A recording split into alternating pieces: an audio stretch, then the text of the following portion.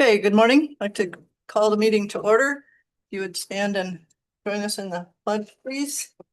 Commissioner Stewart, would you lead us?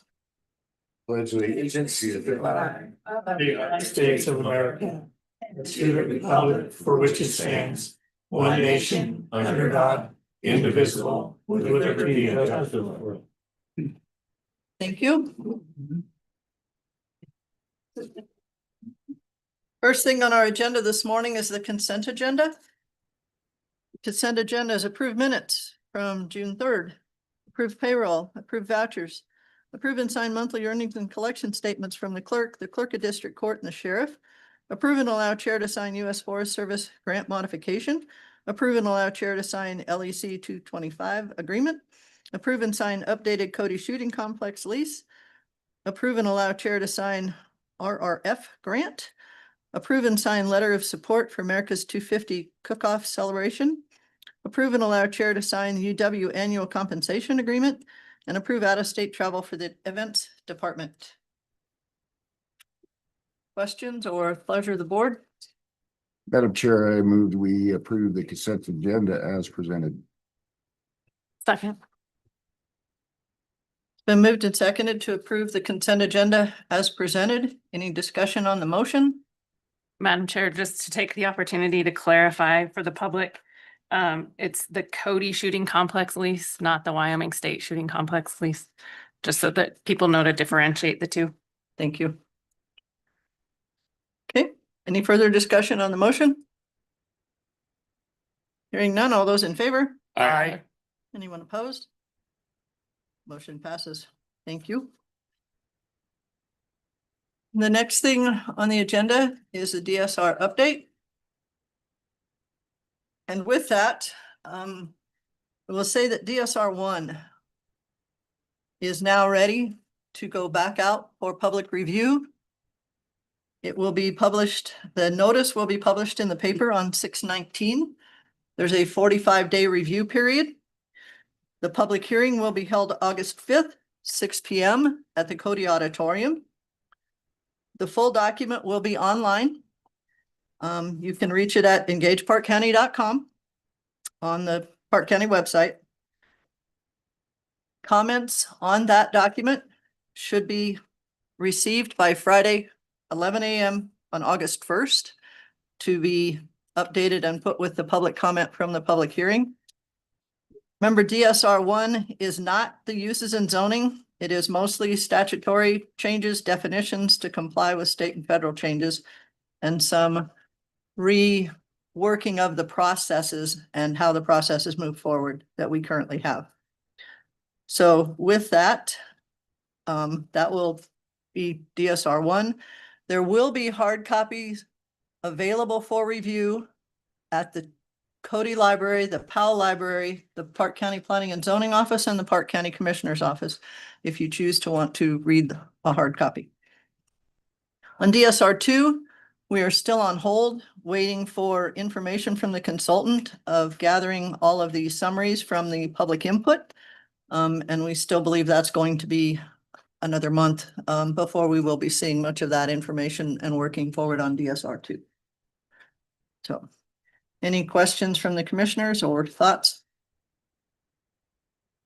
Madam Chair, just a point of clarification, just so that we know, did you add that the chapter 5 was updated with DSR 1? The chapter 5 change that was made was there was a few references in chapter 5 that they just caught that referenced the appendixes, and the appendixes have been removed. So they took those references out and re-referenced to anywhere that information was available in the DSR 1 document. So there's no regulation change. It's clarifying the wording. And the whole document has been reformatted. If you do choose to comment via email to the commissioners, which is great, but we would like you to include not only what you perceive as the problem, but give us your ideas as far as a solution. And please include the page numbers that you're referring to the information on. It is a pretty lengthy document, and it's really helpful if we have that information to be able to understand and review what you're referring to. Okay. Anything else?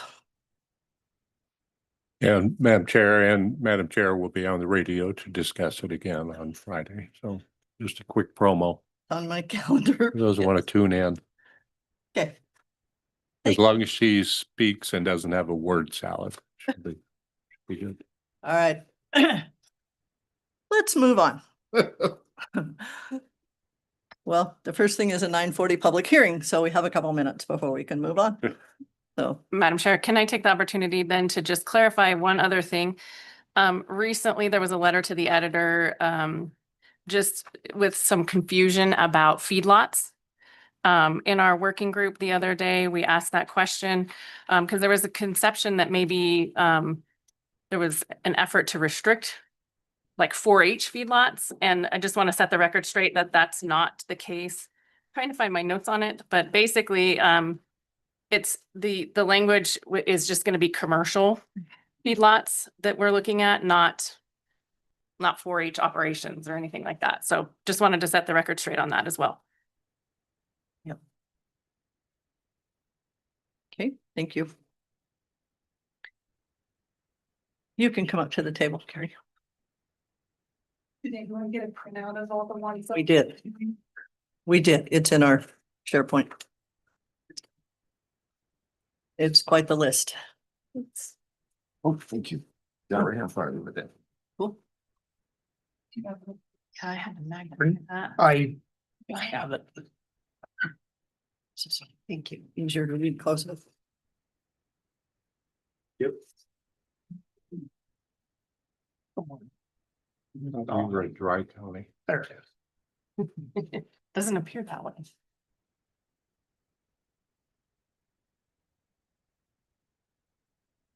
That's why I got this copy, because that one's so small. This one you can bring closer to you. Or you just change it on your computer and biggie size it. Biggie size. Biggie size it.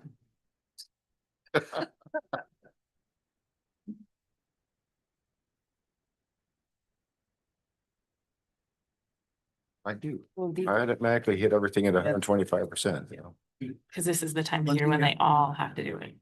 I couldn't get it big enough on my laptop last night to see it. Yeah. I couldn't biggie size. Couldn't biggie size. My laptop doesn't let me biggie size. It might, but I don't know how. Biggie size. You go down to the bottom and there's that little zoom button and you make it 120 or 150%. But then you have to scroll. Yeah. No, you gotta just get it just right. Technology is our friend.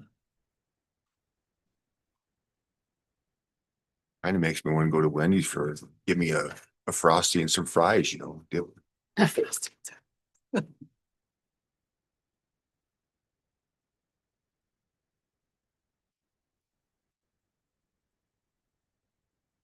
Found this new thing at Albert's. It's just like this little jar of pickle slices.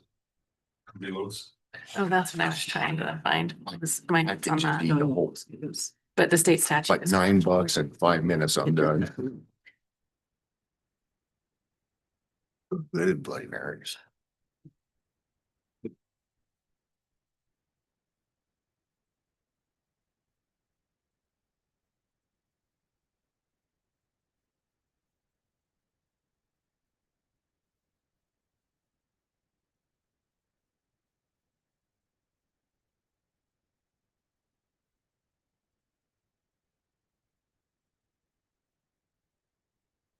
Okay, it is 9:40.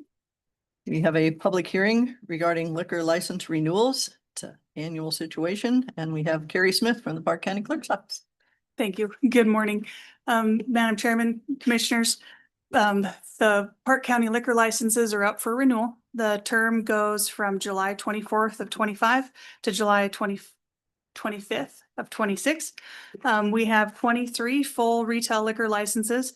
14 of those have the guest ranch designation. 11 of them require Forest Service leases, which are all current for this term. One has a golf club designation. This leaves one additional application in Park County. We have 3 malt beverage permits, one of which requires a Forest Service lease, which is also current. All applicants have satisfied the requirements of the State of Wyoming Liquor Division. They are all current with the Wyoming Secretary of State's office. All applications have been accepted and fees have been paid, and they're all in good standing with local law enforcement. I will now turn it over to you for your consideration. Okay. Any discussion from the commissioners? Madam Chair, I'm not issue with any of it. Question more than any, there's one available left. Who sets that? The state? And how? It's based on population. And that's, and That's so by statute. the state sets it. And are we close to bumping to 25 or? I think we were just bumped up, Yeah, but I don't think we're close. just bumped in the last, what, 3 or 4 years, bumped up one. And then we got the one back from the TC. And then the annexation happened down there to the south of town with BAC LLC. Once that was annexed in, we got that license back essentially. So it's kind of weird that our license became their license and then we got our license back. Mhm. So, yeah, that's, then that gentleman tried immediately after it's annexed in, tried immediately to sell the license to another business in town and move the license from south of town to in town, and the city, the town Matisse councilors and mayor denied that. They did not allow him to sell it, transfer it. Yeah. Madam Chair, Hans, was that the one that had trouble getting an address? Mhm. That was that one? Okay. Mhm. And I don't think there was so much trouble. Oh, As bragging. Where the address needed to be by a point on a driveway, which was not designated. Right. Yeah. Okay. So now. We're gonna go through the addressing with town now. I don't know what Okay. how the town's gonna handle it here on out. That's their problem. So Carrie, if someone comes in October, November and wants to apply for a license that we have available, if it goes through the approval process, it's only good until July again, and then they will Yes. be added Yep. to this list. So there's a partial year that can be done less than an Yeah, we prorate it Okay, from there. So we do it by how many days they'll have until we renew again. okay. Thank Madam you. Chairman, I didn't. Mhm. Madam Chair. Something that we may want to consider over the next year with, I guess in the past, so I've been doing liquor licenses in Park County now for 11 years. And 10. And we'd always had a number of licenses left, 2, 3, 4, Mhm. 5. And now, and I kind of never anticipated that we would get down to one remaining. It might be such thing as the commissioner want to consider at some point having some sort of a policy decision or figure out how you're going to say we have one left and all of a sudden 2 applicants come in, and how do you decide? Mhm. I think Commissioner Mangold has probably been through that with the city of Powell when it's mayor and councilman there. And could maybe give us some ideas about how you might want to handle that. And then again, it may not be anything you want to deal with. So, but I think it would be something that you want to start thinking about as our population grows and things that you may end up in a situation where you end up having to decide on who you're going to issue a license based on whatever criteria that they set.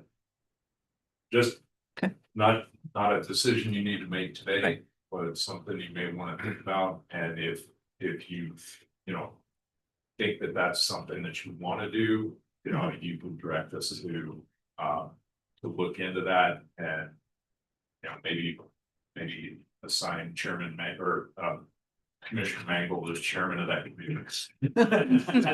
Madam Chair, well, we could run into that predicament now, Mhm. only One. Right. one Exactly. remaining, and That's if we what I'm get saying. 2 applicants, and then basically we, at the city, we dealt with the economic development and law enforcement of course, was part of it, emergency, whatever, that sometimes deals with alcohol. So we had sort of a criteria that we discussed among the city council at that point.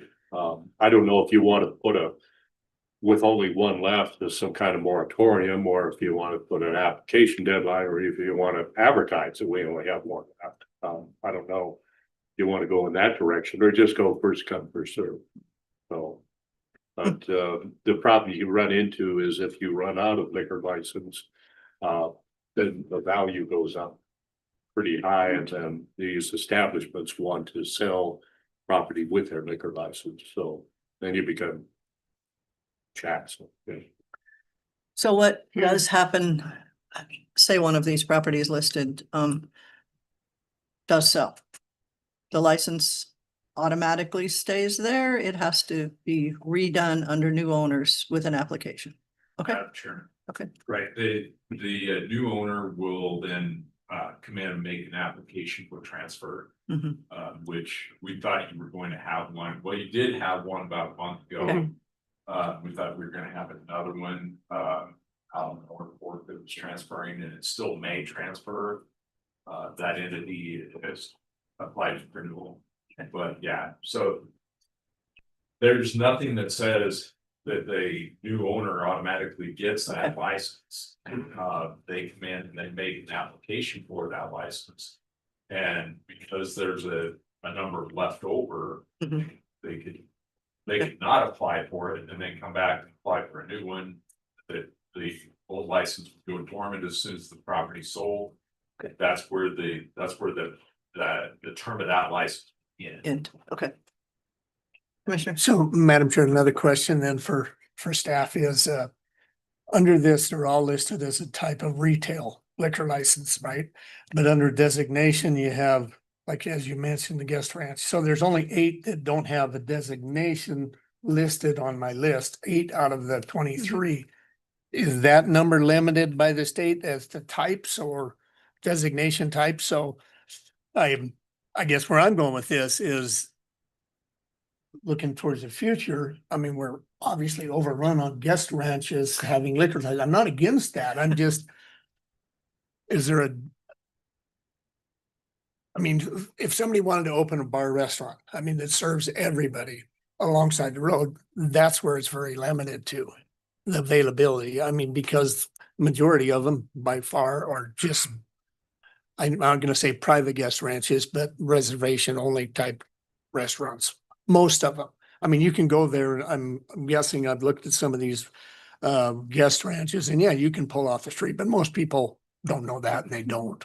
Mhm. So I'm just worried about tying up all our liquor licenses to specific Diverse. guest ranches. So, Commissioner Field, the guest ranch designation is, all that does is gives that entity the opportunity to retail their alcohol at a chuck wagon dinner down by the river on their property. So it gives them license essentially to retail alcohol on any part of their property as a guest ranch. And to get the guest ranch designation, you actually have to be conducting guest ranch activities, horse rides, chuck wagon dinners, things that are, I think the statute says something about authentic to the Western way of life, something like that. Yeah, it's a pretty broad term, but it's one that any one of them could come in and ask them. And you could grant. It's just that it gives them the opportunity to retail anywhere on their ranch. Where another property, Madam Chair, I'm just gonna throw this out. I don't want to throw anybody on the bus.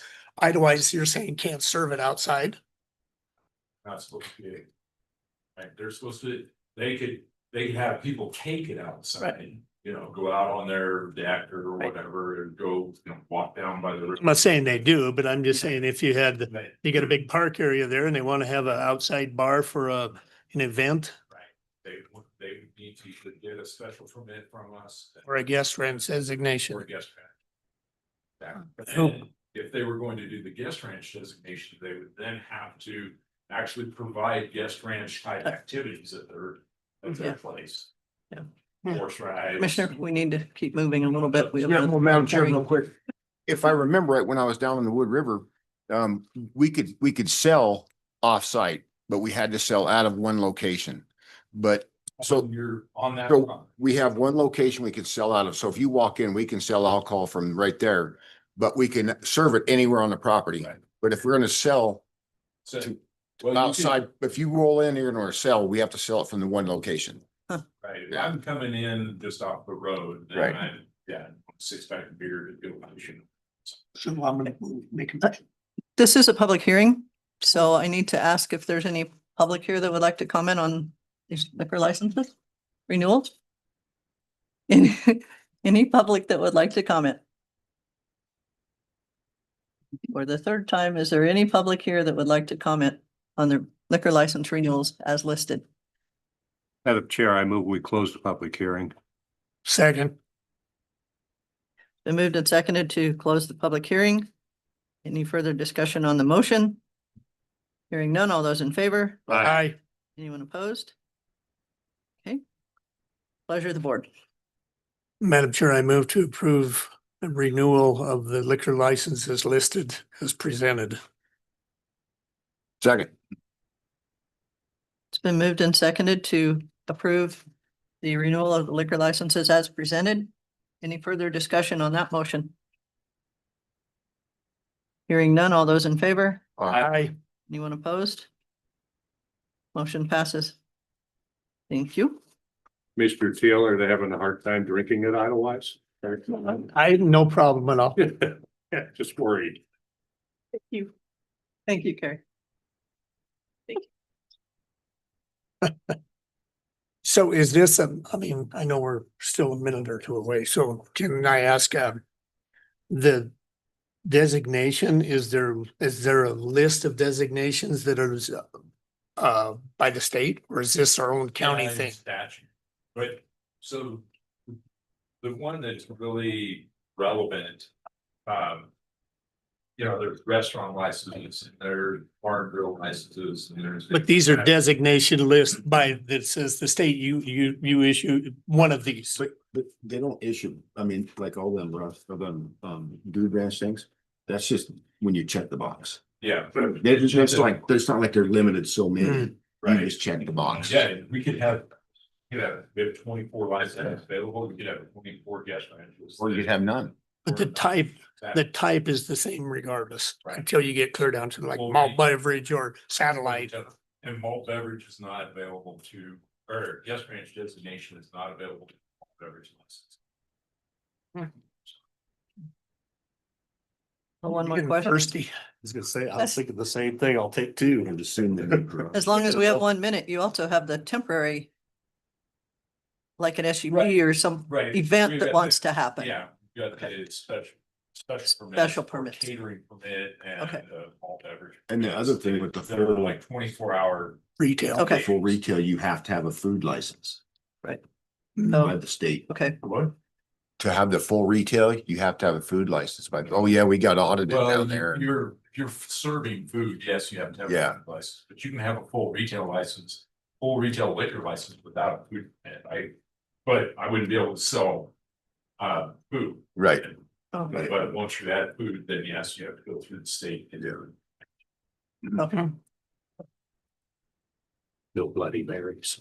That one, preempts food. Yeah, you take a break, go down, Yeah. down the corner.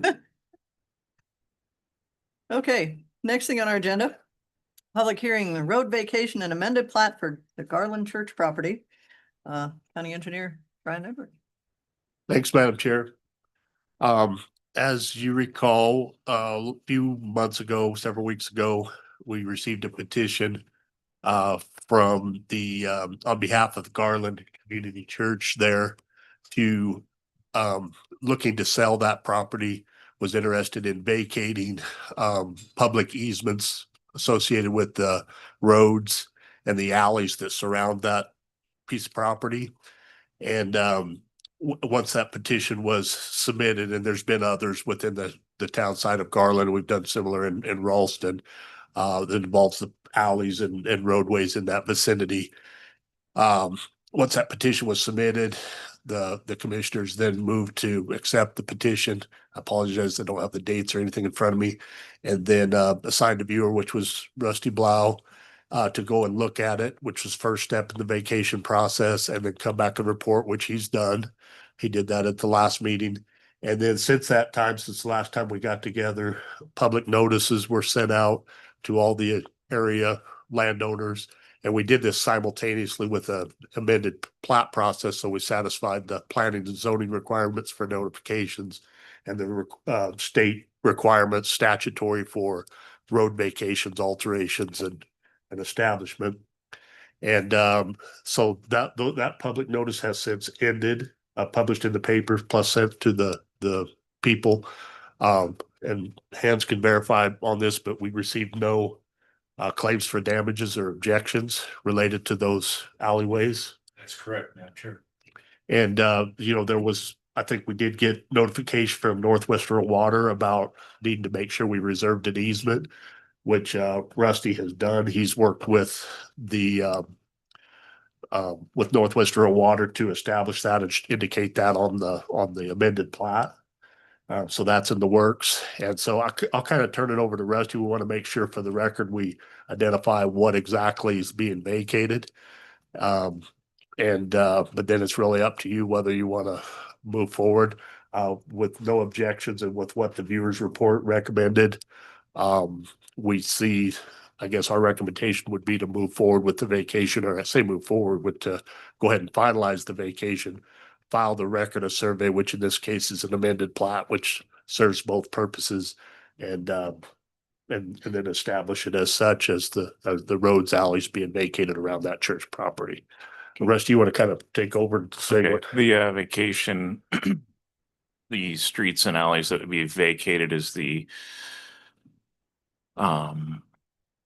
west 20 feet of Sheridan Avenue that runs north-south from Howell Street to Long Street, and that would reduce Sheridan Avenue's width from 80 feet to 60 feet to a standard county road right-of-way width.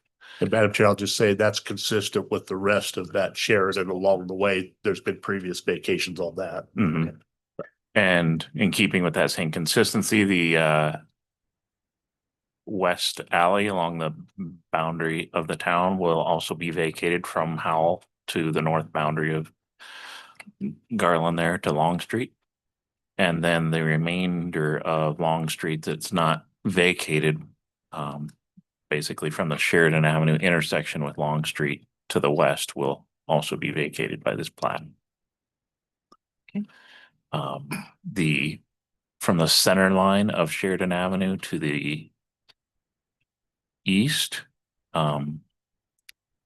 that portion of the intersection of Sheridan and Long Street, that would go to the owner of I think lot 18, block C, Justin Porter, and who also, it would be combined with the previous vacation of Long Street.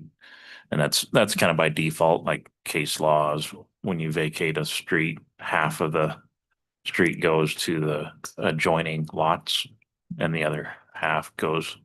But by this plat, they've already negotiated, the church and the new owners of lots 1 and 2, block 4, the Barneys, they've already negotiated for the church is giving them the entirety of Howell Street. So that would have been a boundary line adjustment, or the planners would probably required an amended plat to do that on its own, but we're just accomplishing it all in one document here.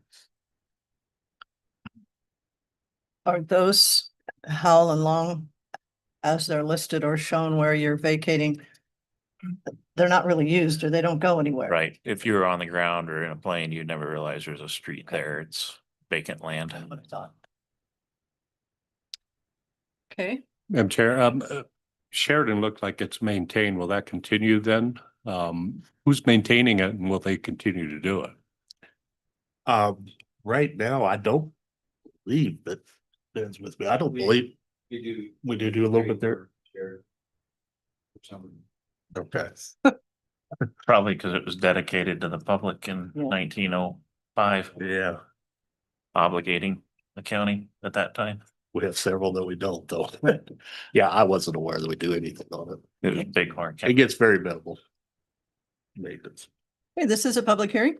Is there anyone here that would like to comment on this vacation request? If you'd like to come forward, please, and if you'd use the microphone and state your name for the record, appreciate it.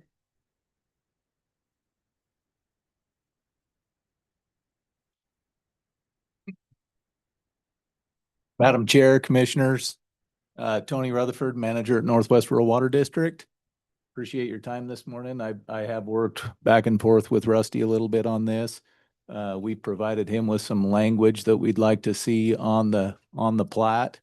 But what I think we also need is a regular easement document and exhibit signed by the new landowner of that property where our water line goes through what used to be a public right of way. Those notes on the plats and whatnot seem to change from time to time or fall off or be disregarded for whatever reason. And what we would like to see is a legitimate easement on that property like we would have with our water line anywhere else. And I can speak to that, just since the plat will be a recorded document that shows the easement. And you had given me the an example. I was gonna take a snapshot of that and refer to that recorded plat document. So it'll be a plat, but it'll just be a like duplication of the recorded plat that you could have as a standalone easement with the description. So it'd be what you're asking for, but they would be tied together. So that way it can be a standalone document as well. And then you could have it signed and recorded at the same time as the plat is recorded. If that makes sense. I'm trying to think about what we used to have reasons. Madam Chair, if I may, yeah, I'm not necessarily following that. I don't understand what would be different from that than a typical easement document that we would have anywhere else. If there wouldn't be anything different, it would just have a reference to the plat showing that they're one and the same. So that way there's no confusion between the two.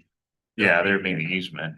So, But it would just tie together. It would just show what's being shown on the plat that's recorded, because it's an official amended plat. So that way it would make sure that they're the same. So there wouldn't be a discrepancy later on. They would be identical. What we have, but you would have your own easement document. So Tony, let me ask you this, though. Part of my understanding of part of the easement documents within RWD also includes language about no permanent structures. I mean, some of the things like that. And if that's what you're requesting, that would take a separate signature than what Rusty's talking about. So I can understand what you're saying, and asking, do you know if have the current owners been approached about whether that easement is an Yep. issue or not, or whether they would I- be willing to sign a separate I easement? spoke with Justin Porter, who would be Okay. getting, and he was in agreement with knowing that the water line already exists within the road, so that it would require an easement when it becomes his property, but it would clear up because he has kind of an encroachment of a building over onto the street. So it would clear that up for him, plus make sure that Northwest Rural Water has a necessary easement, and he was on board with that, and he has to sign the plat, and he would sign the easement document. And what I was trying to describe is that we'll just create the easement document that Tony gave me a template of. Then it would have Northwest Rural Water's language on it about permanent structures and everything. It would just be basically the same map, just a snapshot of, and I would call out the platted subdivision plat as shown. That way everyone knows it's the same easement on that map as well as what Northwest Rural Water. They can just have more stipulations, like you said, on their document than would be typically shown on a plat. So. And if they all match. And if they all read the same, Right. it's nicer. Okay. That's where we always run into issues, is when things Okay. don't match. So we just make sure they do. we can, We can make it a condition. I was gonna say, we can go down into the conditions and word it in a way that Northwest Rural Water has an easement that covers their needs, Mhm. signed by the And owner you- with the approval, and see if we can make it work that way. Right, they would be recorded together or something. Right. So that way that Okay. he couldn't, the landowner couldn't change his mind Right. after the plat's recorded and he has Right. an easement document or something. Yeah, Madam Chair, I think that would suffice, as Okay. long as we have a chance to review the document ahead of Okay. time. Madam Chair. Just for clarification purposes, from a recording standpoint, Rusty, you'll have a plat, and then you'll have a separate document that will have a separate filing number on it. Mhm. Is that what you're talking about? Yep, and Northwest Rural would, I think, provide I'll give them the plat and legal and they'll provide the actual deed. You'll file them together, they'll just be, you'll file them at the same time, but they'll be filed separately as separate documents. The plat will be one document, and then the easement will be another. Yep. That'll be a standalone. Okay. Yeah, each one's. I think that's where. From listening to the conversation, that's where it's gonna be in, is making Okay. sure that there's two separate documents. and Oh, that it's- right. The Mhm. easement document then calls out the plat but has the language Yeah. that NRWG needs. Easier to chase. Yeah, correct. Okay. Any other comments? Okay, thank you. Madam Chair, my question would be, can we put a blanket statement, a condition that it covers all utilities? I mean, if nothing, I mean, I understand Northwest Rural has one specific, but I mean, there could be irrigation, there could be power, there could be telephone, and just put a blanket that existing easements follow through with the amended plat. I'm From just a- asking. From a history standpoint, I would find that hard to do because a lot of them have their own conditions and their own depths and things like that.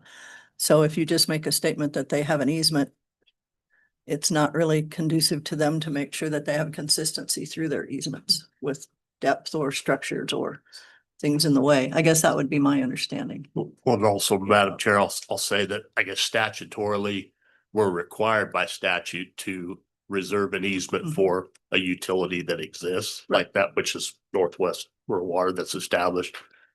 Being required to have one that's a blanket easement for all other utilities. I guess that's not something that you're required to do. Okay.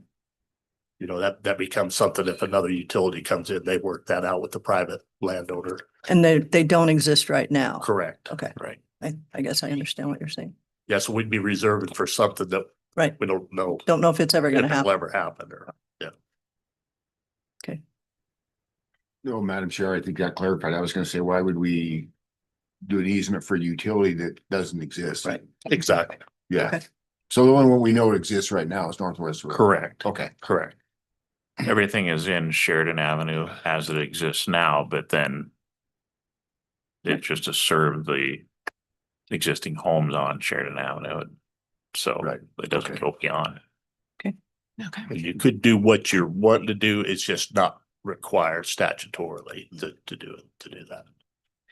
And that Sheridan Avenue, which is still dedicated to the public, will still be there if future utilities need to go along that Correct. way without. Yeah, having there's still to Be on 60 that feet property. there. It's just that 60-foot width of long street that it crossed that now becomes private. Okay. Any other public comments? Madam Chair, I will also add, I guess what we thought today, because there's a kind of a dual action going with, we need to first take the action on the vacations, alterations, vacations.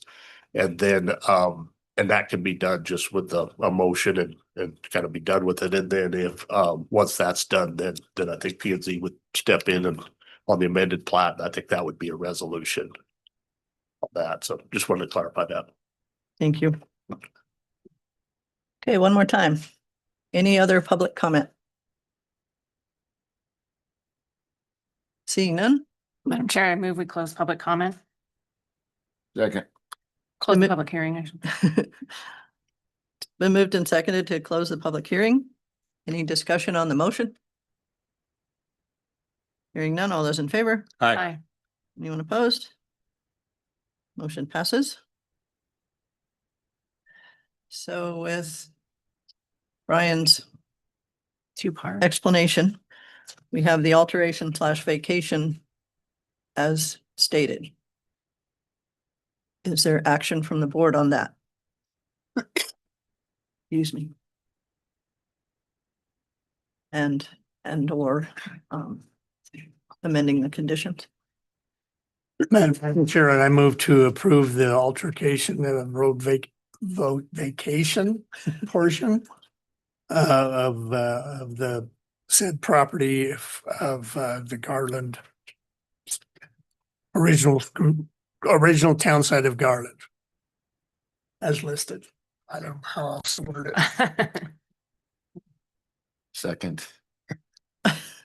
Well, it doesn't really reference a damn number or anything. Well, my I guess it does a question- tax ID number. My only question would be, and I guess this might be for staff, but does the updated condition go on this part or The the plat. amended plat? The amended plat. Because it's adding a condition for that easement. So you want it on the amended plat?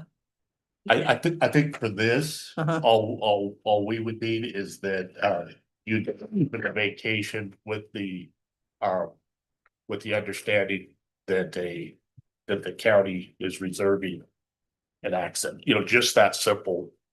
By this action, you're vacating a public, right of way, but then reserving an easement for Northwest Rural Water. And then I think separately, as part of the amended plat, there'd be a condition. Okay, This is what I would do, because all that we're gonna have on this would be the minute. Okay, minutes of what. okay. So it'll just show up on the plat, but the plat needs to go through them. Okay. So do we need to amend, Madam Chair, do we need to amend? Do you want to amend yours or do you want me to amend it? Make it any more complicated. Jesus Christ. Vacate the road. I don't think it needs to, as long as it's shown on there. Well, do we need to amend Reserving so we the- have the third condition? Is the county reserving the right? Is that what you're saying? Yeah, this is made complicated because we're in a town site, with a plat the way that is. I mean, typically, this would just be, you're moving to vacate these public easements, and in doing so, you're gonna reserve Okay, access for Northwest Rural Water for their utilities. And separately, okay. planning and zoning will take over. But we probably need to amend the motion Commissioner Thiel, amend Yeah. your motion to match that. so that the minutes reflect it. And Right. do what we have Right. to.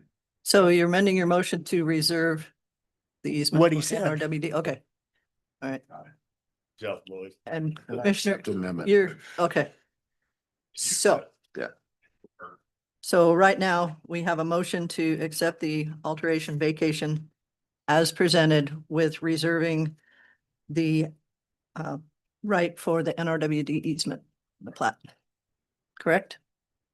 Okay. All those in favor of that motion, please say aye. Aye. Anyone opposed? Okay. Motion passes. Then the next thing we need to do is approve. Okay, we're Right. gonna switch to Jenny with planning and zoning. What happens if the landowner decides they don't like our easement? Damn bad. It's gonna go into the condition here that it has to be worked out. So that's the second part of what we're doing. Okay. Which is as complicated as it gets in here. So at this point, we're going to, we have a document for review of the amended plat and original town site of Garland and the first edition of the town of Garland.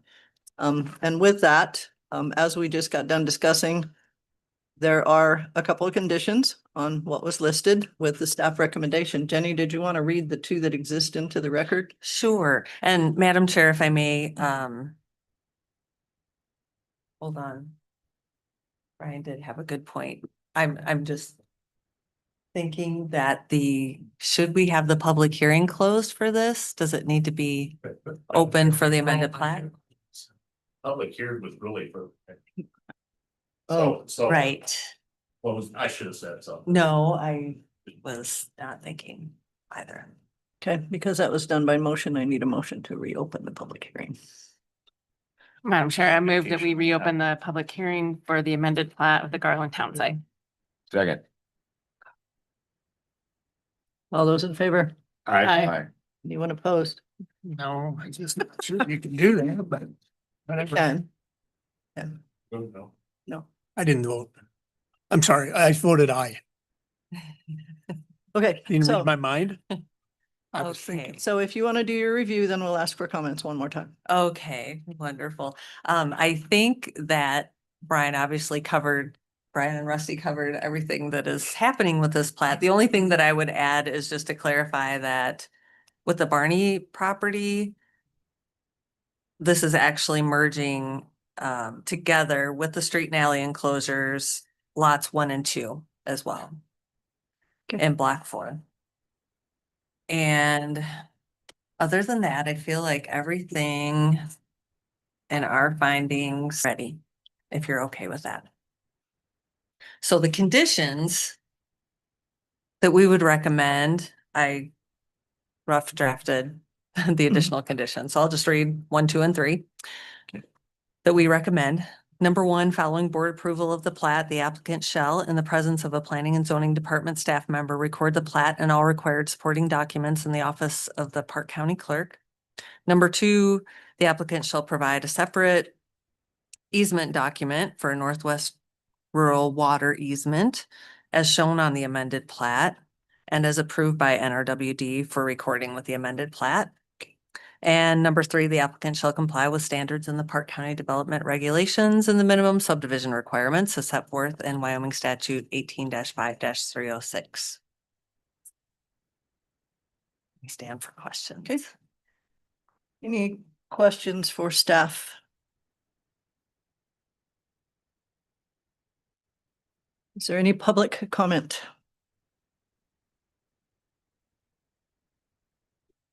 Any public comment on the amended plat? One more time, any public comment? Hearing none. Madam Chair, I move we close the public hearing again. Second. Running out of room to write here. Been moved and seconded to close the public hearing again. Any discussion on the motion? Hearing none, all those in favor? Aye. Anyone opposed? Okay, pleasure of the board. Madam Chair, I move we approve the amended plat for the Garland Church property with the 3 staff recommendations. Second. It's been moved and seconded to approve the amended plat with the listed conditions. Any further discussion on the motion? Hearing none, all those in favor? Aye. Anyone opposed? Motion passes. Okay. I think we're done with that one, but we do need a resolution number for the Yeah. amended plat. Do you think we need 1 or 2? Do we need one for the, That's the problem.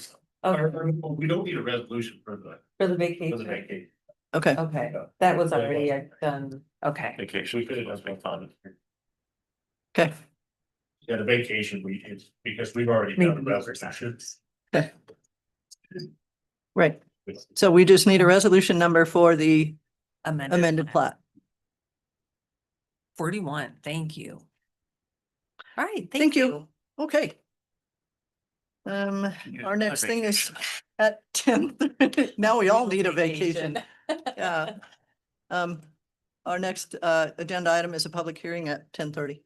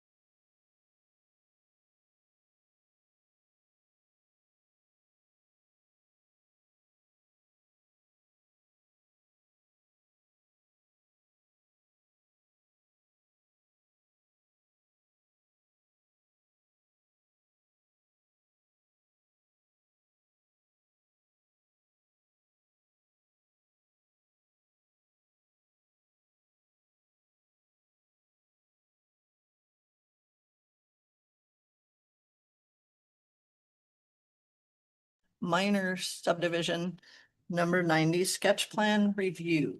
We have staff with Jenny and Erica, Planning and Zoning Office. Thank you, Madam Chair. Tommy Stewart submitted a minor subdivision application to request approval of a 4-lot subdivision consisting of 1 4-acre lot and 3 2.62-acre lots, each for residential use. The subdivision is classified as a minor subdivision in a GRP zoning district, and the lot sizes as proposed are consistent with that zoning district. The proposed subdivision is located approximately 2.4 miles north of Powell city limits, approximately a 1/4 mile north of the intersection of County Lane 6 and Road 8, on the east side of County Road 8 with an address of 561 Road 8. Proposed Lot 1 is developed with a permitted residence and septic system. Lots 2, 3, and 4 are irrigated productive cropland. Neighboring land uses are primarily ag, with 1 residential property bordering the proposed subdivision to the north. It is within 1 mile of annexed City of Powell property. Therefore, we did cover municipal review with the City of Powell. Public notice requirements have been met. Relevant agencies were notified as required. School District 1 stated they will have bus stops at all exit points onto Road 8. MDU stated there is a 1 1/4-inch natural gas main line located in the right-of-way on the west side of Road 8 that can serve all the proposed lots. Natural gas service line installations can be initiated once a structure is erected that will use natural gas. Park County Fire District 1 can provide fire suppression. They request all access points be constructed to accommodate their equipment. Paul Clark's Fort Conservation District identified 2 soil types on the property. They're rated somewhat limited and very limited regarding dwellings with or without basements and small commercial buildings. The limitations are due to shrink swell, flooding, and depth to saturated zone. Regarding septic tank absorption fields, the soil types are rated very limited due to flooding, depth to saturated zone, and slow water movement. Soil types are considered prime farmland if irrigated, and the other is not prime farmland. TCT stated they can serve the subdivision. Garland Light and Power provided an estimate to install single-phase underground primary power line to the 3 additional lots. They already serve Lot 1. Shoshone Irrigation District will require a water distribution plan. There are irrigation rights. Park County Weed and Pest will require a long-term noxious weed management plan. USPS can deliver mail. City of Powell did review the application and they have no comment. Park County Treasurer stated the taxes are paid in full. NRWD stated one of the lots in the proposed subdivision has service installed. Capacity for additional service is currently available, and water service agreements are the only mechanism available to obligate their service to the lots. Game and Fish have no terrestrial wildlife comments. Park County Public Works provided us with their review. They stated that legal access is from direct frontage to County Road 8, which is a chip sealed paved surface road that is maintained by Park County. The increase in traffic associated with the subdivision is not expected to result in a change in the classification to the roadway. Sufficient frontage exists to accommodate new access points to the lots. Any new upgrades to existing accesses or new access points will require a permit from their office. Addressing will be reviewed and issued from their office once a building permit is issued by Planning and Zoning. Public Works does not have any concerns with drainage and erosion control at this time. One public comment was initially received regarding an easement. They later withdrew it. The applicant had addressed the public comment and brought up the fact that the easement that he was concerned about on the sketch plan for accessing utilities is for the parent parcel adjacent to the east of the subdivision and does not affect or benefit that property owner that was concerned. So he later understood that and withdrew his comment. A current title report was provided as required. No new roads or driveways are proposed.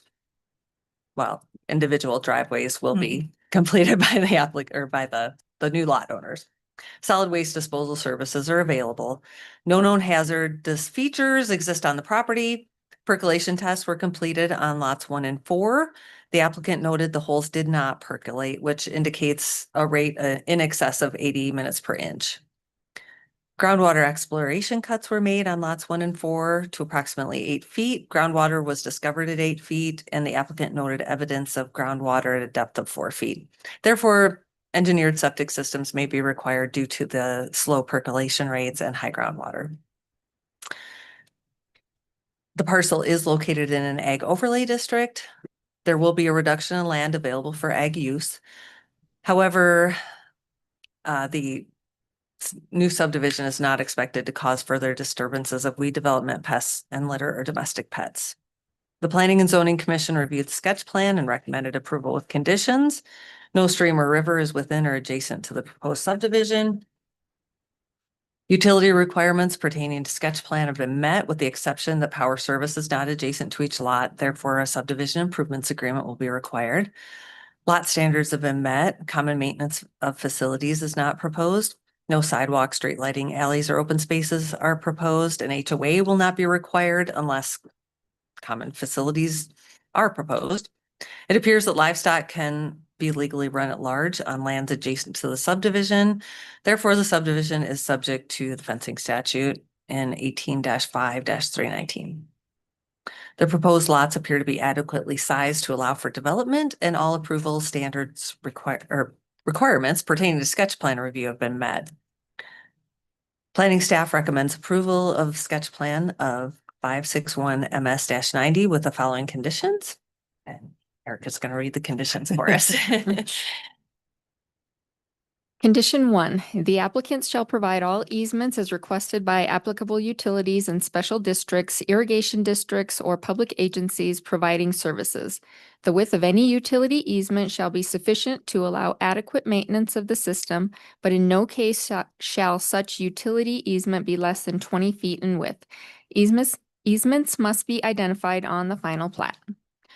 Number 2, prior to final plat review by the Board of County Commissioners, the applicant shall provide a water distribution plan that has been reviewed and approved by the Shoshone Irrigation District to the Planning and Zoning Department. Condition 3, prior to final plat review by the Board of County Commissioners, the applicant shall place the following note on the final plat. Slow percolation rates and high groundwater may be present and engineered systems may be required.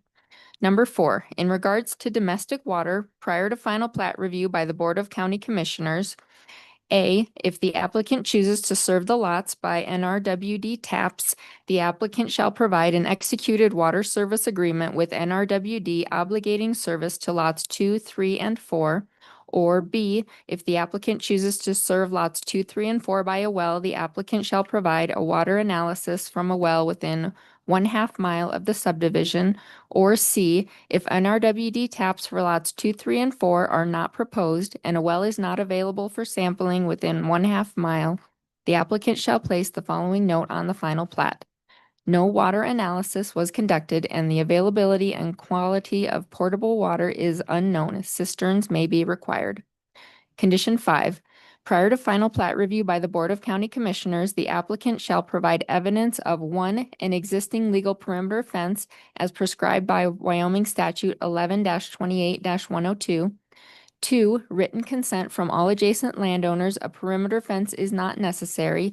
Or 3, plans to construct a perimeter fence is required by statute and in accordance with Wyoming Statute 18-5-306A13.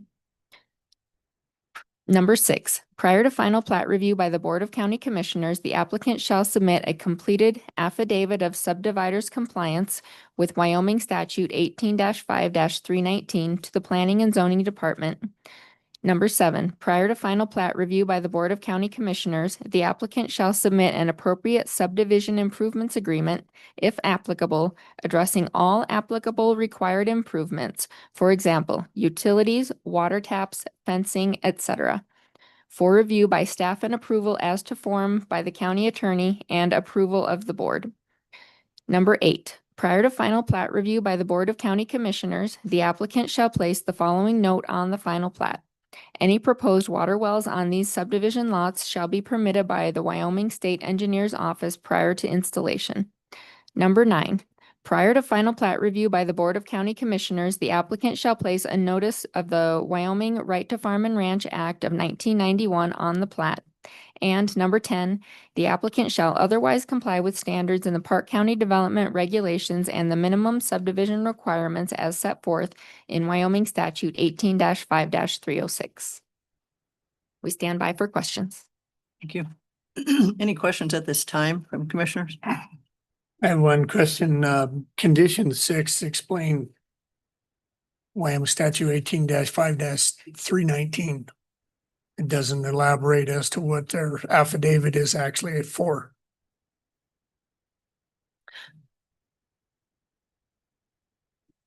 The affidavit of, that's the title of the document, the affidavit of subdividers compliance, so that's just stating that they are complying with 18-5-319, which I believe is the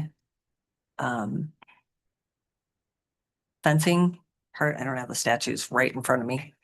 And it has a fencing one up above it at 18-5-306. 306 Yes. is the standard. Yeah. I need to. Let's see, do we have those stated in a long version here? Okay. Yeah, 18-5-319. Sorry, that's the one in question, right? Mhm. Yes. Believe that's the actual Fencing. requirement for the fencing. It is. And the other ones mentioned above are for, actually Improvements. describes the fence. And then the other one is the subdivision statutes. Yes, 11-28-102 is the lawful fence Okay. piece. And then I think 306 may be about improvements. Minimum requirements for subdivisions. Yes. Thank you. And 319 is actually the fencing statute. Yeah. Yes. And 19 is what? Actually, the fencing statute itself. Mm-hmm. And then 11-28-102 is. That is description of a lawful fence. So it describes that you have to have, 3 strands of barbed wire at a minimum and certain fence posts, yeah. There, so the fence that is shown on the picture is basically steel posts with wire. Is that satisfying this requirement then? So the affidavit really puts the landowner or developer on the hook for making sure that they are, and they're stating that they are complying with that statute, that they either have a lawful fence as required by that statute in place, or that they will build one. So, yeah. So just a steel post with wire fencing could be legal, It- right? It is a pretty basic fence that is considered lawful. They have several examples. Right. And then kind of a catch-all at the end, I believe, that is more like, or any other fence that will adequately Contain livestock. keep out livestock. The Madam Chair, in a nutshell, number 6 is just a repeat of condition 5.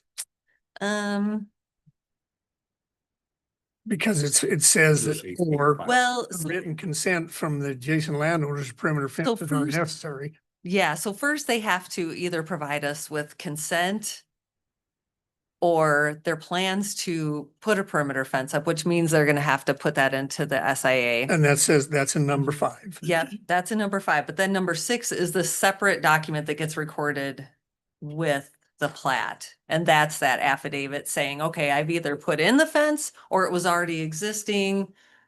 And that gets recorded. Okay. So I know it's all tied together, but it's in steps. Okay, this is a public hearing, so I would ask if there are any public would like to speak to this subdivision request. Any public that would like to speak to the minor subdivision 561 sketch plan?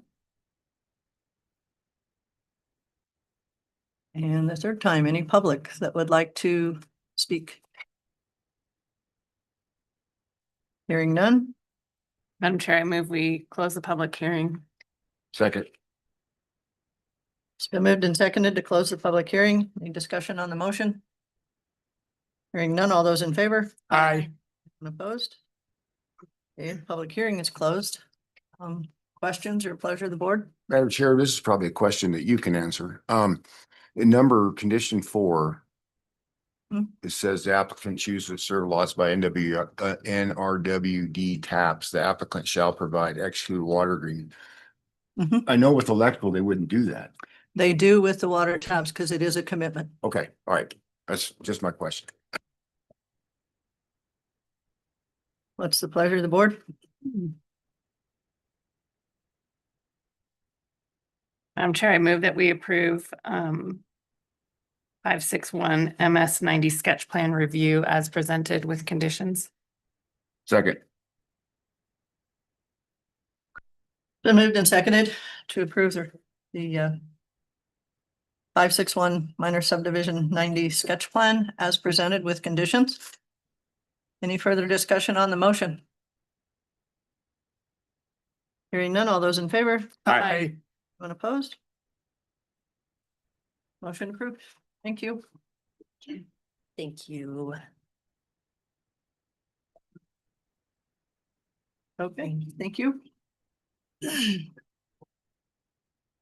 Next thing on our agenda is a public hearing for Countryside Grooming, SUP 275. Staff with Jenny and Erica, if you'd present that, please.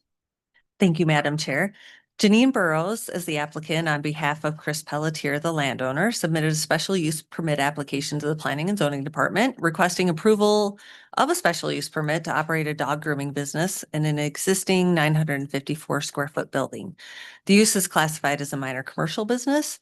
It is located just southeast of the town site of Ralston, approximately 4.5 miles southwest of Powell, with an address of 557 Main Street, Ralston. The property is in a transitional zoning district. Minor commercial business uses are allowed in the transitional zoning district provided an SUP is approved. Also, according to the regulations, some changes to zoning maps are done without a zoning map amendment public hearing. For instance, when a lot is classified as transitional, it automatically changes to an appropriate zoning classification according to a special use permit. So we're covering that as well. The definition for commercial zoning states it is intended that the land in transitional district will be rezoned to other urban zoning districts or rural residential when specific residential, commercial, or industrial development plans are proposed. The property has historically been used for commercial purposes, and commercial zoning appears to be consistent with neighboring zoning and uses. Therefore, our recommendation is that the parcel would be rezoned to commercial zoning if the use is approved. Neighboring land uses are primarily commercial, with exempt state of Wyoming lands along the railroad corridor to the north and some residential land south of the highway. The town site of Ralston is just northwest of the Powell. The Bloom subdivision is east and the Barrows subdivision is south of the property. It is developed with a pre-existing unpermitted commercial business, Heart Mountain Hearing, historical business, well and septic system. The landowner recently obtained a permit to sell seasonal ag products from a 612 square foot greenhouse, a temporary use on the property as well. Legal notice requirements have been met. The applicant provided a site plan for the use showing the grooming shop, access, traffic flow, and 7 parking spaces, as well as the existing septic system location and domestic water well. The applicant provided the following details of how the business will operate. The grooming business is open Monday, Wednesday, and Friday from 9 a.m. to 7 p.m. and on Saturday by appointment only. 2 part-time groomers plus the owner operate the business. A maximum of 8 dogs could be groomed in one day. However, more than 5 dogs daily is very unusual. They groom an average of 50 dogs per month. The application was forwarded to relevant agencies. The state electrical inspector has no requirements. Fire plan review by the state fire marshal's office is not required. However, exit signs and a mounted fire extinguisher are required for inspection by the state fire inspector. The Park County treasurer had initially confirmed the taxes were delinquent, but they have been paid current.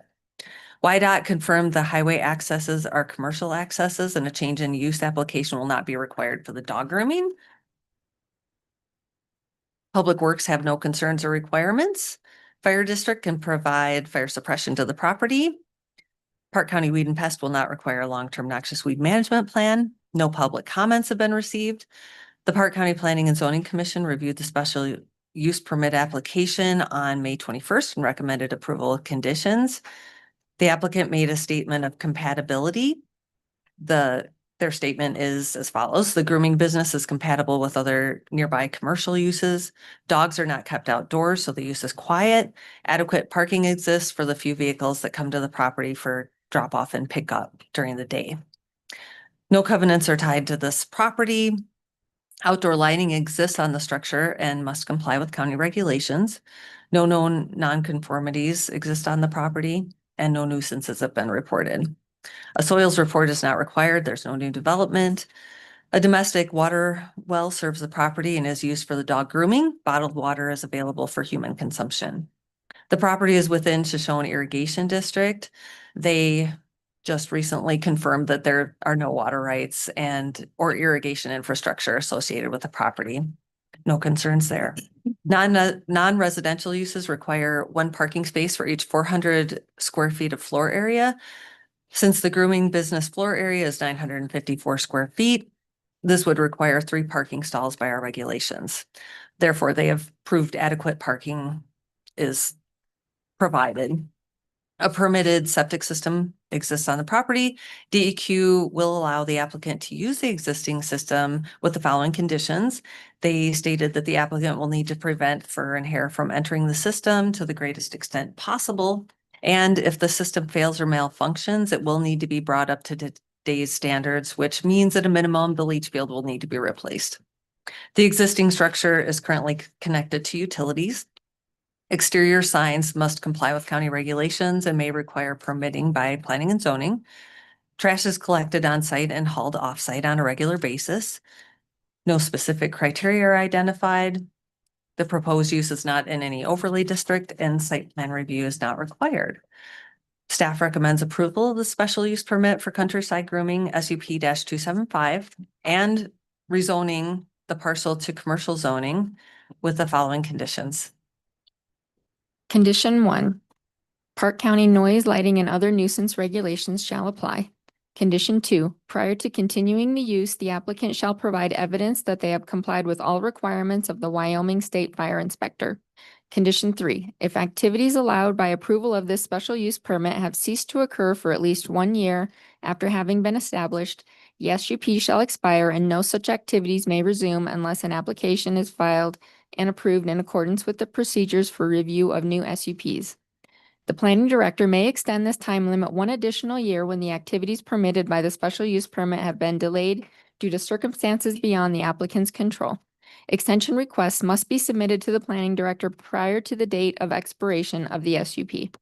Condition 4, the applicant shall obtain signed permits from the planning and zoning department if applicable. Condition 5, the applicant shall dispose of any waste generated on site at an approved disposal site and comply with all county solid waste disposal requirements.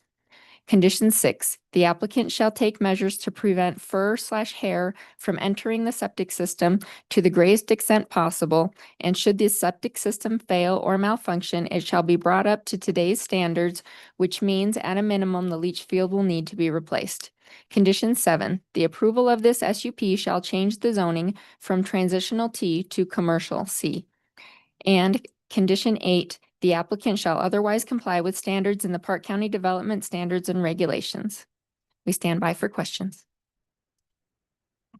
Just have one question on condition 6 when it refers to the septic system. Is there room on the property to replace the septic system if in fact that were to happen? Do we know that? As of right now, I believe it would be challenging. Okay. Just a thought that went through knowing where the Yeah. location. Okay. No, it would definitely be a challenge just because most of it is compacted and Right. there's not much room. This, you have, Madam Chair, the changing from transitional to commercial, will that just be on the one side? Would that include Heart Mount Herring too? It would be the whole property. Okay, the whole Mhm. property. It would. We're finally getting rid of transition. One. slowly. And Chris was okay with Put it it. down. Yes. Okay. Yes. This is a public hearing, so I would ask if there's any public comments on this request. If you would like to come forward, sir, and state your name, please, for the record, and use the microphone. microphone up pretty loud, but Okay, my name is Derek Burrows. I'm the husband of the applicant Janine Burrows. I'm the co-owner okay, of Countryside Grooming and Boarding. And as far as the fire marshal, having requirements for the exit signs and the fire extinguishers, they've already been put in. I put them in on the way up here and I can take pictures and send them to you. And as far as the hair getting through the septic system, we have grates on the, the drains, and virtually almost, you could say, I mean, you'll never be 100%, but almost 100% of the hair is contained without, and our girls are really good about cleaning off the grates to where there shouldn't be any Not an issue. problems Okay. there. Appreciate That's all I that. had to say. Thank you. Thank you. Any other public comments? I have Commissioner? a question for the applicant. Does the state fire inspector then give you an occupancy letter? All he did was say throw up a couple, exit signs and a fire extinguisher. I understand that. I'm just looking at condition 2. It asks that planning and zoning receive evidence. And if we're gonna require that, we need to make sure that our state or other government entities have a way to do that. So a certificate of occupancy should be provided by the state fire marshal. If he doesn't, and I would request it, and if you can't get that, let planning and zoning know. Required of me, but yeah, you just told me to throw it on, which is no big deal, it took me a few minutes, but. But if they don't provide that, it's hard for them to provide it to the planning and Sure. zoning. Yeah. Sure. And Madam Chair, Commissioner Teal, I did speak with Janine the other day and she also said that they were, I think everything was about to be delivered, so that they were putting it in. So we'll either reach out to Jason Brost or vice versa too, and usually we can always get an email from him fairly quickly. Sure. Thank you. Yes, ma'am. My question is for Jenny, maybe just a clarification. So if if this use changes it from transitional to commercial, going forward, then do the properties there have to do an SUP for a minor commercial business? So, right, this Does that use, that? if it had already been rezoned, and we did throw that around, you could go through a rezoning and then you would just be looking at a building permit or a building zoning permit for a minor commercial use. Or you can go through the minor commercial special use permit, which will change zoning. So in the future, yes, if say the grooming business moved out and they proposed a new minor commercial business, it would just be a building zoning permit. Which would remove their requirement to have a public hearing for a minor Yes. commercial business. So this Yes. is actually, in my mind, kind of an improvement for that area, right? Yes. To rezone will make it less hoops to jump through. Much. Mm-hmm. Okay, thank you. Yeah, thank you. Ask one last time for any more public comment. Hearing none. Madam Chair, I move we close the public hearing. Second. Moved and seconded to close the public hearing. Any further discussion on the motion? Hearing none. All those in favor? Aye. Anyone opposed? Madam Chair, I move we approve the Countryside Grooming SUP 275 with staff recommendations. Second. Been moved and seconded to approve the SUP for Countryside Grooming 275 with conditions listed. Any further discussion on the motion? Hearing none. All those in favor? Aye. Opposed? Motion passes. Thank you. Okay. Thank you. 43. Thank you, Vance. Now we're on time. Wow, that was tight. That was. Okay, 11 o'clock, we have another public hearing. Sheridan Greenhouse, SUP 278. And from staff, we have Jenny and Erica from the Planning and Zoning Office. Thank you, Madam Chair. Della Sheridan submitted a special use permit application to request approval of a special use permit for a commercial greenhouse business that will consist of one 20 by 75 greenhouse, one 30 by 80 greenhouse, and a 30 by 30 office. It's classified as a minor commercial business. It's located on an unaddressed parcel approximately 1 mile east of Powell on the north side of County Lane 9. It is in a rural residential 2-acre zoning district. Minor commercial business uses are allowed in the zoning district, provided an SUP is approved. Neighboring land uses are a mix of industrial, commercial vacant, residential, and exempt cemetery district lands. Ag lands are also nearby. The property is vacant and unirrigated land. The topography is relatively flat. Legal notice requirements have been met.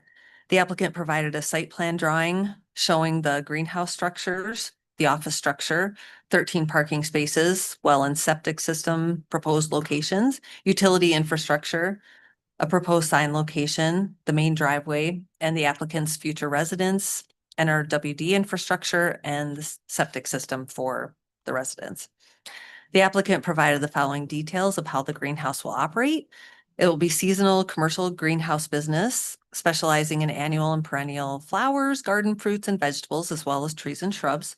A retail building will be open year-round, offering rare and common house plants, soils, pots, and plant accessories. Business hours will be 8 to 6, 7 days per week. Both the applicant and her husband will be employed. The applicant has not determined how many non-resident employees will be needed, but she does plan to hire part-time or full-time help as needed. And under this use classification, it's not limited. The application was forwarded to relevant agencies as required. The fire district can provide fire suppression and request all access points are constructed to accommodate their equipment. Shoshone Irrigation District confirmed the property does not have any irrigation water rights, and the only district easement is along the northern section of the subdivision, which is not on the subject property. The Conservation District provided us a soils report. 2 soil types were identified on the property. The primary soil type is rated not limited regarding dwellings and small commercial buildings. Soils are rated very limited with regard to septic tank absorption fields due to filtering capacity, slow water movement, and slope. Soil types are not considered prime farmland. The state fire inspector will not require fire plan review. NRWD confirmed the applicant has been in contact with them and they currently have the capacity to serve the use. However, they will need a water service agreement. The Park County Treasurer confirmed property taxes are paid in full. Game and Fish have no terrestrial wildlife comments. Park County Weed and Pest will not require a long-term noxious weed management plan. The Department of Ag noted certain licenses may be required by their department for the use. The state electrical inspector does not have any permitting requirements. Park County Public Works provided the following comments. The facility will be accessed by County Lane 9, a paved county maintained road. An address can be issued once building permits have been issued by planning and zoning. County Lane 9 is considered a secondary collector road. And while the use could add as many as 115 vehicles per day to the road, the additional traffic is not expected to result in a change in road classification. The access will require a right-of-way permit from Public Works and shall be constructed with a suitable pit run base and overlain with 6 inches of crushed gravel. A comprehensive drainage and erosion control plan must be approved by Public Works prior to issuing any building permits from planning and zoning. A geotech report will not be required. Parking is not allowed in the county right of way resulting from this development. Designated parking and staging areas shall have a crushed gravel surface at a minimum. One written public comment was received from a neighboring landowner with concerns about drainage, parking in their driveway, and noise. They were also present at the Planning and Zoning Commission public hearing to voice their concerns. The applicant made the following statements during the public hearing to address their concerns. They stated that the access driveway will be built with an 8-inch base and will serve as a berm between the greenhouse use and their property and structures. Clear signage will be placed at the entrance and driveway to direct customers to designated parking, and the applicant will immediately require any customers to move should they mistakenly park in the neighboring property. Greenhouse fans will be on the west side of the greenhouses, and the office has intentionally been placed between the greenhouses and the neighboring property as a buffer for sound. Planning and Zoning Commission reviewed the special use permit application on May 21st and recommended approval with conditions. The applicant made the following statement of compatibility. No grow lights will be used inside the greenhouses and all outside lighting will be shrouded. Noise from heaters and fans will be minimal, as will customer noise. Traffic impacts are expected to be minimal along Lane 9. There will be a few days per year when the greenhouse is busy, for example, Mother's Day and opening and closing day for the season. Wastewater from watering the greenhouse plants is controlled, and a gravel base on the greenhouse floors will absorb any watering runoff that may occur. The proposed use will not be within 20 feet of a county road right of way. There are no covenants tied to this property. Outdoor lighting is proposed and will be required to comply with our regulations.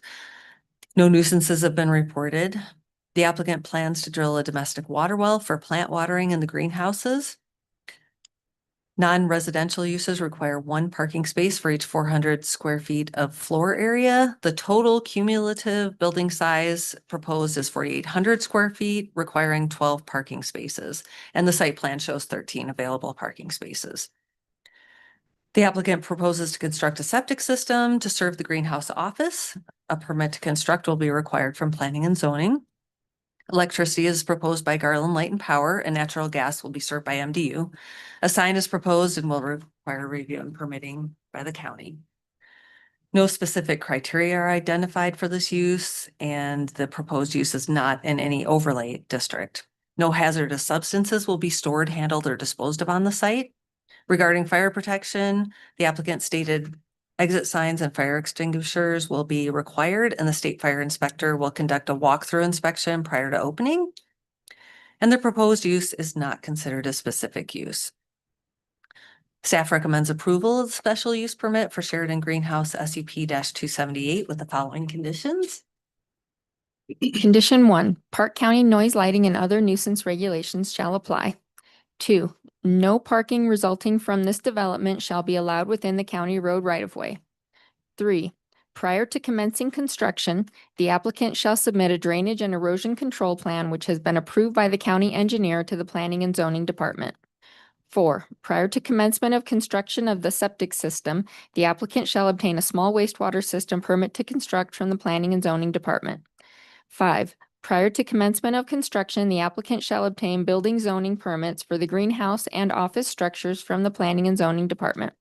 6, prior to commencing the use, the applicant shall obtain a right-of-way permit from the County Public Works Department.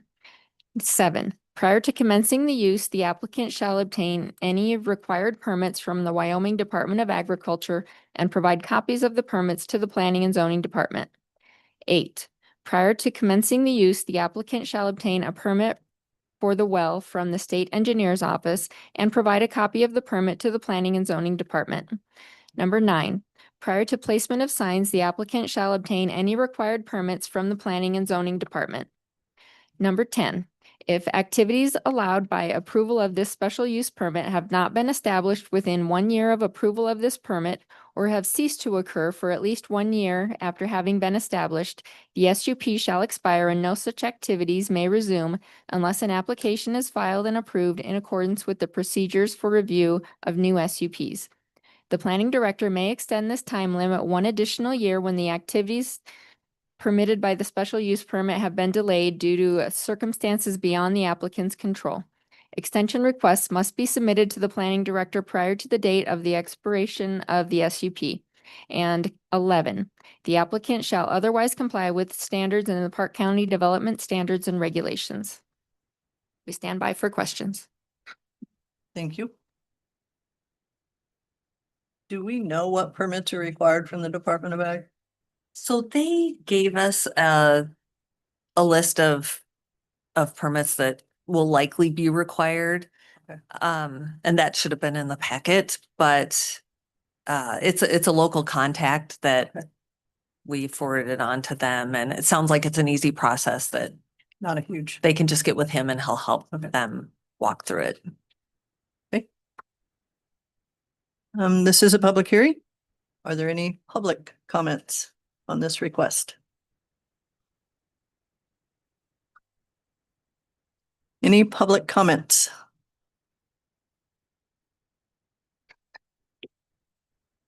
And a third time. Any public comments on the Sheridan Greenhouse SUP number 278? Madam Chair, I move to close public hearing. Second. Moved and seconded to close the public hearing. Any discussion on the motion? Hearing none, all those in favor? Aye. Any opposed? Okay, public hearing is closed. Pleasure of the board. Madam Chair, I move that we approve Sheridan Greenhouse SUP 278 with conditions listed. Second. Been moved and seconded to approve the SUP request, number 278 for the Sheridan Greenhouse with conditions. Any discussion on the motion? Hearing none, all those in favor? Aye. Anyone opposed? Motion passes. Okay, 45? okay, thank you. Wait, Yep. Yeah, I think it's 44. it is. Okay, Yeah. thank you. Okay, We're trying. Thank you. I know. okay, we have a few minutes before the 11:15 public hearing.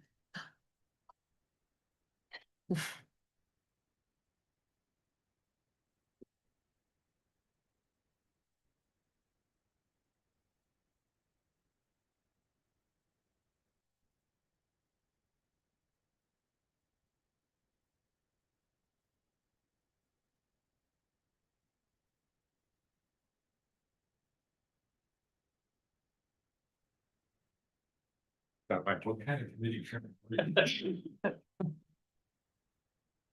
The signature chairman. Yeah, the signature chairman.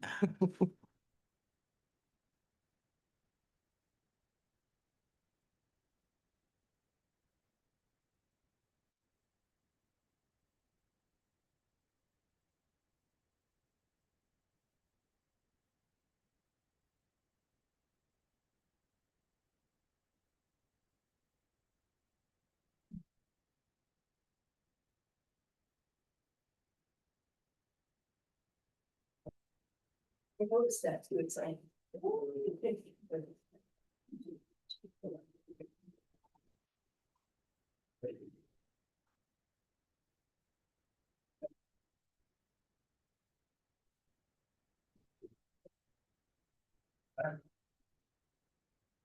Yeah, I noticed that.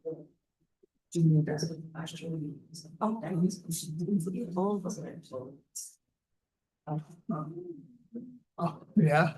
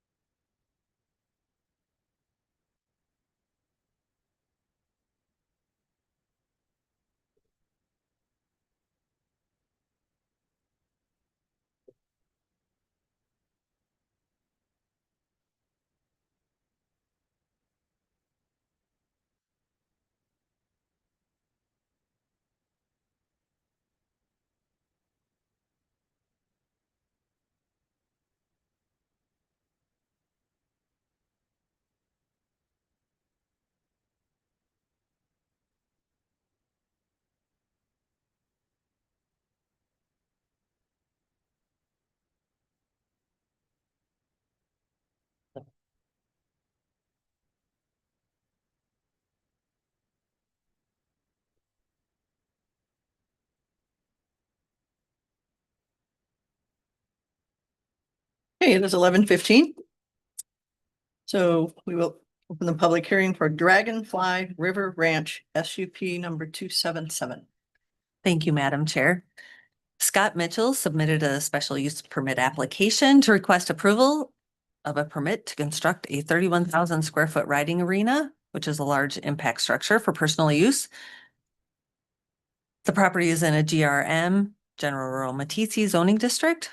Large impact structure uses are permitted in that zoning district with a special use permit. The property is located just under 1 mile west-southwest of Matisse on the north side of Highway 290 or Pitchfork Road with an address of 289 Pitchfork Road, Matisse. Neighboring land uses are primarily ag with exempt BLM land to the north and a small commercial parcel to the southeast.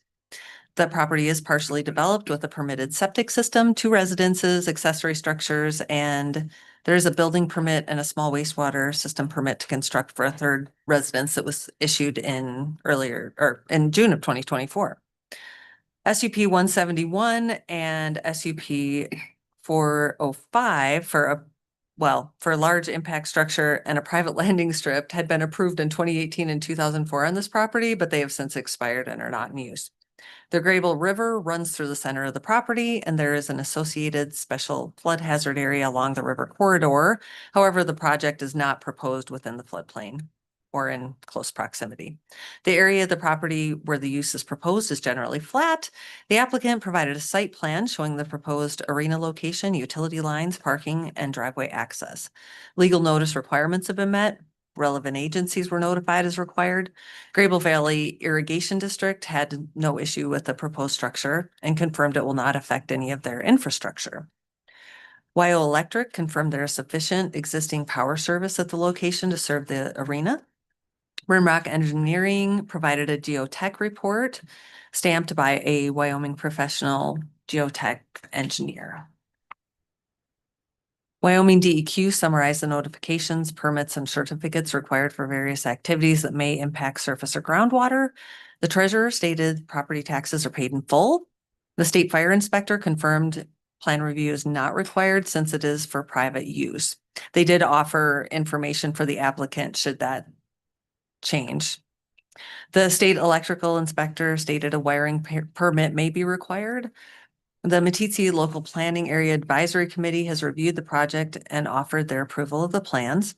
The town of Meeteetse confirmed the property is connected to town water. The tap size is sufficient to serve the arena, and city water pressure is adequate to accommodate the use.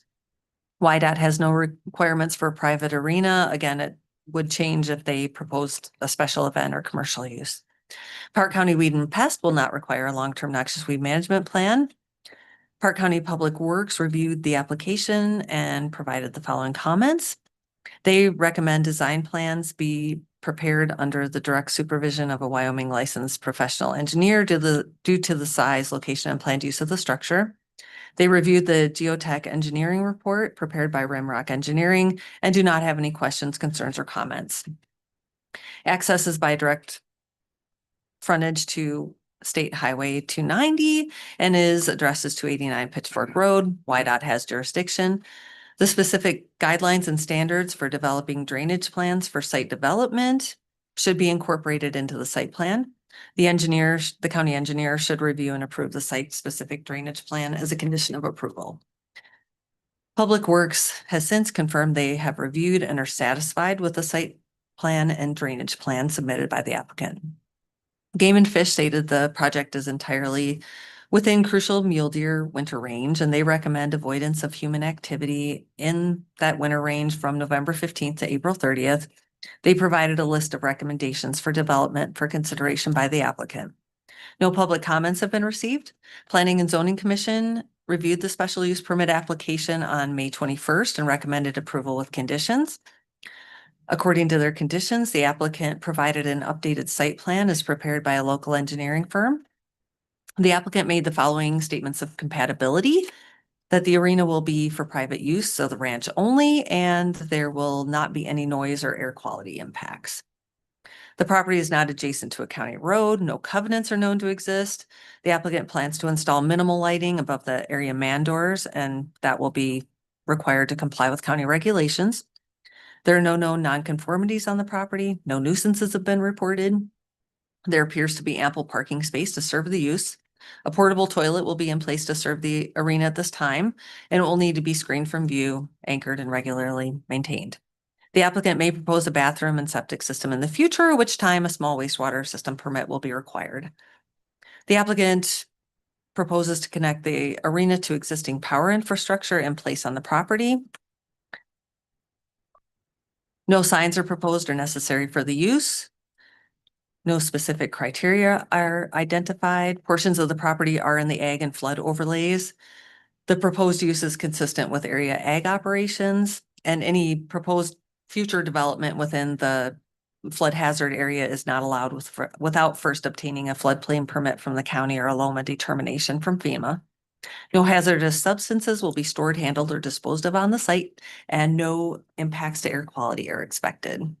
Staff recommends approval of the special use permit for Dragonfly River Ranch SUP 277 with the following conditions. Number 1, any modifications to the use, including but not limited to expansion, placement of improvements, or increased intensity of the use, will require an amendment to this SUP or new SUP pursuant to the regulations in place at the time of the proposed change. 2, if activities allowed by approval of the special use permit have not been established within 1 year of approval of this permit or have ceased to occur for at least 1 year after having been established, the SUP shall expire and no such activities may resume unless an application is filed and approved in accordance with the procedures for review of new SUPs. The planning director may extend this time limit 1 additional year when the activities permitted by the special use permit have been delayed due to circumstances beyond the applicant's control. Extension requests must be submitted to the planning director prior to the date of expiration of the SUP. 3, Park County noise, lighting, and other nuisance regulations shall apply. 4, the applicant shall avoid construction activities between November 15th through April 30th. 5, prior to construction of the arena, the applicant shall obtain an approved building zoning permit for the arena structure from the Planning and Zoning Department. 6, the applicant shall screen, anchor, and regularly maintain the portable toilet serving the use and shall obtain a small wastewater system permit should a septic system be necessary in the future.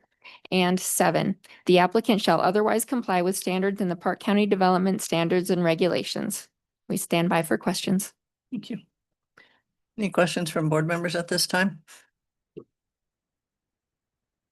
This is a public hearing, so I'd ask if there's any public comments on this use.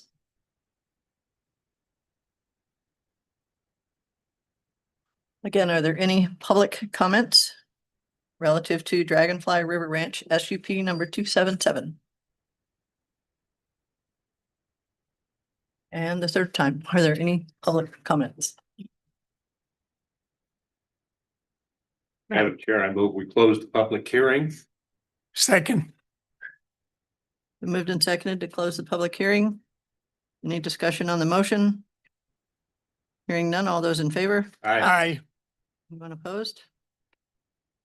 Okay. Any questions or thoughts from the board? Madam Chair. I don't have an issue with any of the, my concern with it as been in the past is condition for the applicant to avoid construction. He shall avoid, I would really like moving forward if we can leave this condition, but maybe put should instead of shall. This parcel, if you look at it, is in the middle of 360 acres on a ranch that the deer wouldn't be there if it wasn't a ranch to begin with. There's going to be activity there anyway, and to restrict them from building in key times out of season is to me not right. The activity is going to happen. Those deer are going to be there whether they're erecting a building or not. And it is just a recommendation. It's pretty standard. The Game and Fish puts in this and all of them. And I don't think we should ignore it, but I don't think it should be a hard requirement. And that's just my 2 cents on that as we move forward. The other one is a question kind of for staff.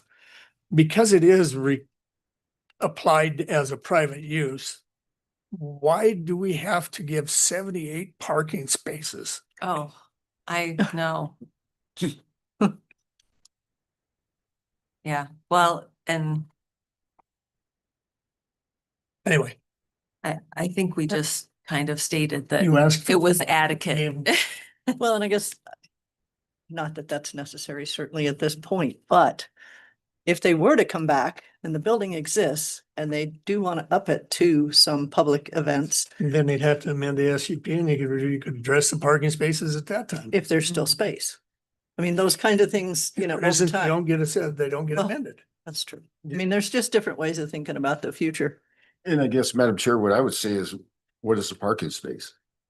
If So- you look at Mule Oh. Days in Clark, I mean, there are parking fields and then there's parking space, but True enough. True enough, they didn't say it had to be paved. No. You got 100 acres, there's a lot Yeah. of parking space Yeah. there. In this particular case, Sure. absolutely. Exactly. No, and we just try to make sure that each of those Sure. high points of the regulations are covered, but yeah, they don't always make sense for the use, so. True. Madam Chair, I just had one question too, just kind of going to, if the applicant at some point decided they did want to go to an event or host some kind of bigger event, the recommendation, and I know it's just a recommendation that we put in here, but YDOT saying, you know, their language is, if it's a larger use, then they need to contact them, but do they tell the applicant how they define larger use? I think they were specific that it's definitely any special event. Like if they had their family over, they had a family reunion, I mean, Oh, so are they clear to the applicant what a larger use is? yeah, no, I don't think they were that specific, right? And that's not really our purview, but it just seems vague. But maybe they're more specific than what we see. Right. Yeah, in their response, they were not that specific, and that could be because it is a private use that they're proposing, Mhm. but Okay. the message being I guess if they Don't they overflow were onto the highway. going to, they were going to Well, they have a have bigger 78 event. parking Yes. spaces. Yes. They don't need to overflow onto the highway. Yes, they have plenty of parking. Okay. But can they access it? Madam Chair. Pleasure of the board. And Mhm. Madam Chair, I'm going to take, Madam Chair, I would move to approve Dragonfly River Ranch SUP 277 modifying condition 4 to replace the word shall with should. And to include all staff recommendation conditions. Second. Been moved and seconded to approve the request for the SUP 277 Dragonfly River Ranch with the change of wording in number 4 to remove shall and insert should, and the rest of the conditions apply. Correct. Any further discussion on the motion? Hearing none, all those in favor? Aye. Anyone opposed? Motion passes. Thank you. Thank you. Okay. Thank you. You bet. CP 277 is 2025. Thank you. 4 to 5. A few numbers involved here. 4 to 5. Okay, we have a minute or two and then we have another public hearing. And then you will be done with us. For today. We are For today, for today. For today, okay. Otherwise, we are, yeah. At least until lunch.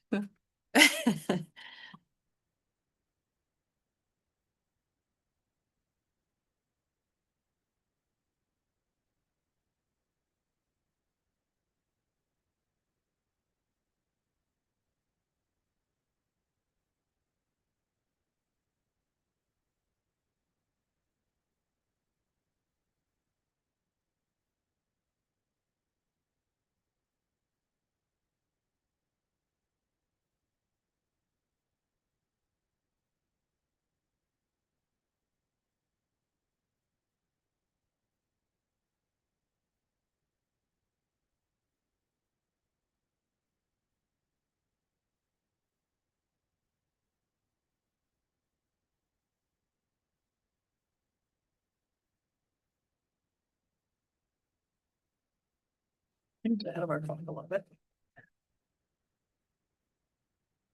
Think we can go ahead and get started. Public hearing 11:30, New Roots Campground, SUP number 276. Jenny and Erica, from Planning and Zoning. Thank you, Madam Chair. Katie Hauk Davison submitted a special use permit application to request approval of a permit for a campground that will consist of 3 40 by 40-foot tent sites and a 48 by 16-foot cabin. The use is classified as a campground. The property is described as Lot 2 of New Roots Vineyard and Winery, SS-316. The property is located approximately 3 miles northeast of Powell on the north side of Lane 5 with an address of 675 Lane 5. It's in a GRP zoning district. Campground uses are allowed in the zoning district, provided an SUP is approved. Neighboring land uses are exempt: Park County owned lands to the west, residential vacant lands to the east and north, and residential lands south of the property. Ag lands and exempt BOR lands are nearby. The property is developed with a permitted residence and septic system, and the topography is relatively flat. Legal notice requirements were met. The applicant provided a site plan drawing for the use showing a total of 3 tent sites, 1 existing cabin, 4 parking spaces, and a common picnic table and fire pit area. Utility lines, existing septic system, common portable toilet, and trash receptacle locations are also shown. The applicant provided the following details of how the campground will operate. The campground will operate year-round, 7 days a week. Semi-private tent sites are designed, to offer some privacy while maintaining a sense of community. 1 rental cabin is available for guests who prefer not to tent camp. The cabin will be available for up to 6-month rental during off-season for guests seeking extended stays. Currently, the cabin is rented long-term and the tenants will be on site initially to help manage the campers. Seasonal employees will be hired for maintenance and guest services during the peak months. 1 community fire pit will be accessible with picnic tables. Nature trails and outdoor activities to include hiking, bird watching, and nature workshops may be offered. Hosting eco-conscious retreats, yoga sessions, and small outdoor gatherings may be offered. And firewood, eco-friendly camping gear, and locally made goods will be available for sale on site. The application was forwarded to relevant agencies as required. A soils report was provided by the Conservation District. 3 soil types were predominant on the property. They are rated not limited and somewhat limited and very limited for dwellings with or without basements and small commercial buildings. The reasons for these ratings vary. The soil types are predominantly considered very limited regarding septic tank absorption fields due to slow water movement, depth to bedrock, flooding, and depth to saturated zone. Shoshone Irrigation District confirmed there are no irrigation water rights or district easements on the property. DEQ provided their agency contacts and information for permitting associated with various construction activities that may impact surface water. State Fire Prevention and Electrical Safety have no requirements for the use. Park County Treasurer confirmed no property taxes are due at this time, as this is a new parcel for the 2025 tax year. The fire district can provide fire suppression services to the property and request all access points be built to accommodate their fire equipment. Game and Fish have no concern with the project, but offer their standard recommendations to help mitigate wildlife issues. Weed and Pest confirmed the property is currently subject to a long-term noxious weed management plan. They noted with recent cabin and infrastructure development and per the requirements of the weed plan, revegetation shall take place within 12 months of any disturbance. NRWD has no concern so long as the applicants proceed as stated in their plans and do not provide water to the tent sites. And they also noted that NRWD does not provide fire flow supply. Park County Public Works provided the following comments. Legal access is from County Lane 5, an established truck route that connects Highway 114 and Highway 295. Lane 5 is a chip sealed paved surface. It is not anticipated the additional traffic volume will change the classification of the roadway. The existing access point is currently addressed as 667 Lane 5. The existing access road within the site is approximately 15 to 16 foot wide with a good gravel surface. The typical driveway standard is 14 foot in width. Based on the condition of the driveway and the nature of the planned use, the existing driveway and current width and condition is satisfactory. Emergency vehicles should be able to get into the campground during most weather conditions and turn around in the T intersection just southwest of the existing cabin. Emergency access appears to be adequate, and a cul-de-sac is not required at this time. They initially stated that the existing culvert at the access approach from Lane 5 will need to be replaced with an 18-inch minimum diameter corrugated metal pipe culvert or concrete culvert within 6 months following SUP approval. We just received an email from Brian Edwards stating that all the requirements have now been met, including the culvert installation. Okay. 3 neighboring landowners submitted letters and 1 neighbor provided verbal comment in support of the proposed campground. Planning and Zoning Commission reviewed the special use permit application on May 21st and recommended approval with conditions. The applicant provided the following statement of compatibility.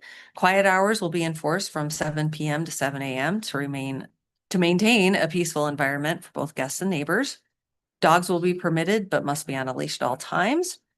There will be a strict policy against disruptive behavior, ensuring a respectful coexistence with the surrounding community. Lighting will be dark sky compliant. A structured waste disposal system will be in place for waste and recyclables. The restroom facility will be disguised as a shed to minimize the visual impact.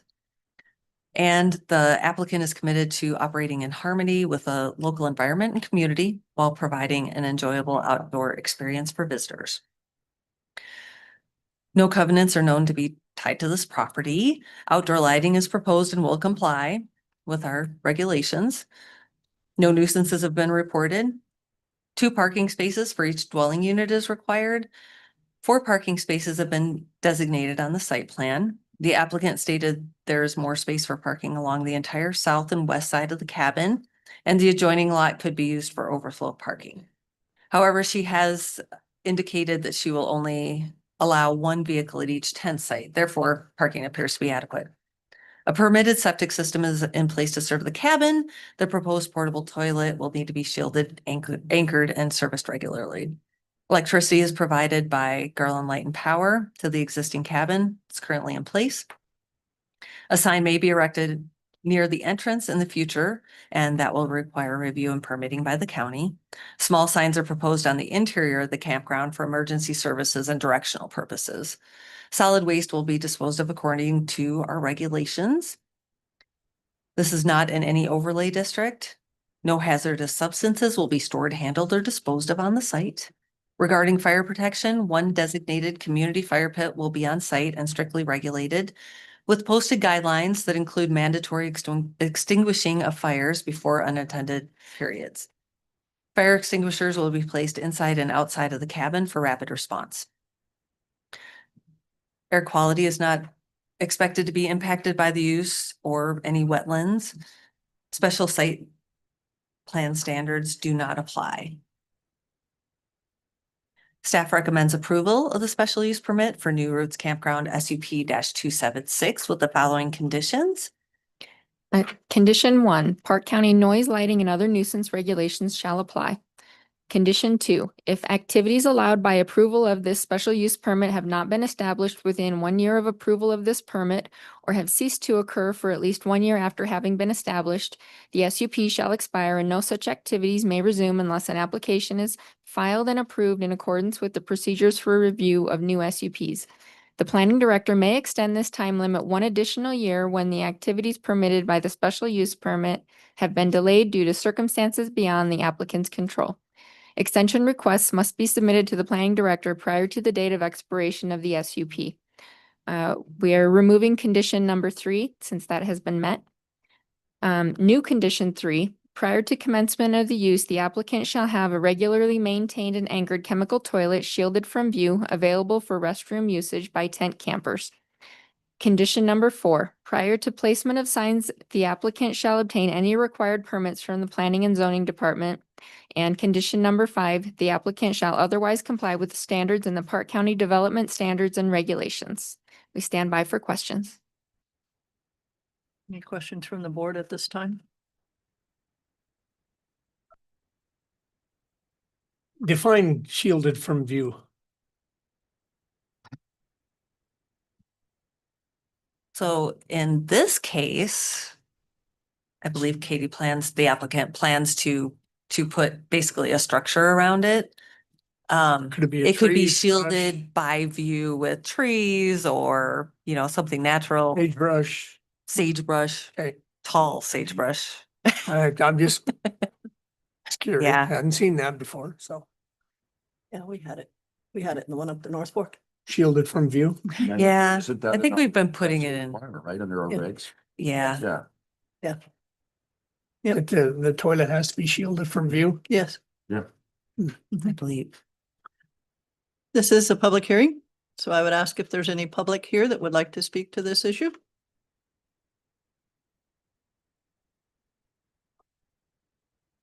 Again, is there any public comment?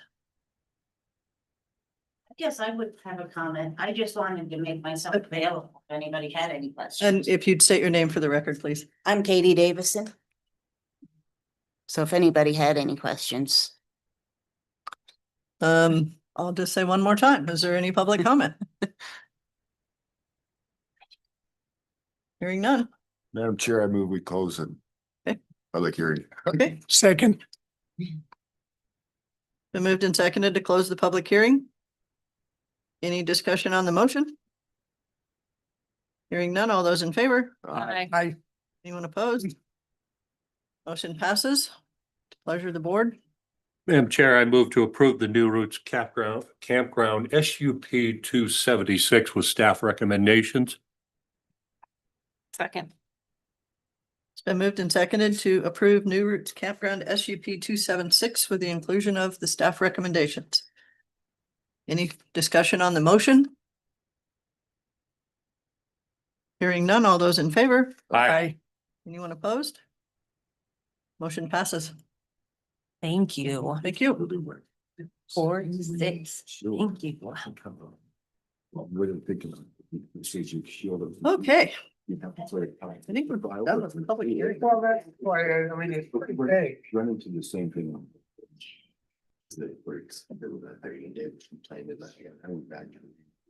on up, Dan. But yet, right across the river. Good morning. Good to see ya. They've not. I'm gonna pass out. Houses all over. Everybody take a look at the old master plan, the original one. That's some photos what the reservoir used to Well, look like. look at their site plan. Okay. How it Have is it, nowadays. shields it Cool. from view. The reality, she's. I think you spilled coffee on this. Yeah. Yep, that's the office copy. Office go. So the next thing on our agenda, Dan Marty, Park Superintendent, Buffalo Bill State Park. Good morning, Update. commissioners and Madam Commissioner, if I got that right. Lot of you know me already. I grew up here in Cody. I worked at the state park since 1982. Then I moved around to different places. Been back, but I got there, he's passing around the old original master plan from 1988. This plan, you'll see the old pictures from before they raised the dam 25 feet. So there's good hunt places in there, good trapping, all the good stuff that we had back then. But when they raised the dam 25 feet, the master plan was geared towards the reservoir raising. At that time, Buffalo Bill Dam is managed for water, drinking water, irrigation, electricity, and flood control. Recreation is last. So these master plans all gear around what the Bureau wants. So with that master plan in 1988, that was when they raised the dam, what was going to happen back then is basically for the future of current status of what they needed, but didn't really look into the future of how the state parks are growing. You know, nowadays, trailers are longer, wider. People want Wi-Fi, they're wanting a little bit different things. I just heard the last proposal about a campground. Wyoming state parks, or at least in my opinion, we try and manage towards aesthetics instead of an RV campground. And that's what we have out there at Buffalo Bill State Park is aesthetics. We try and design our campgrounds a little bit different, so we got spacing and so forth. And that's what the new master plan addresses, some of that. But it's definitely needed because the old master plan was pretty much everything was done when they did the construction.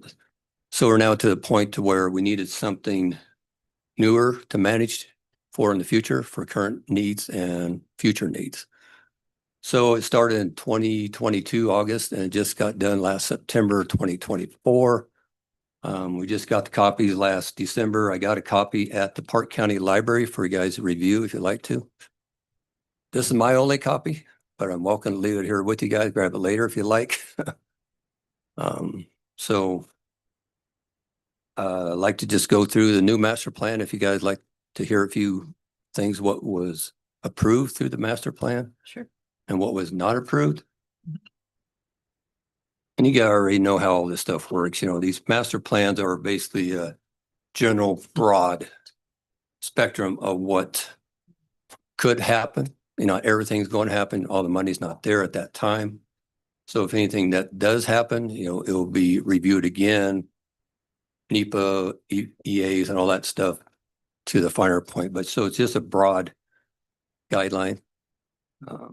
So some of the things that were dismissed, you know, that were brought up was like developing a campground in the Cedar Mountain area. At the base of Cedar Mountain, the Diamond Creek area.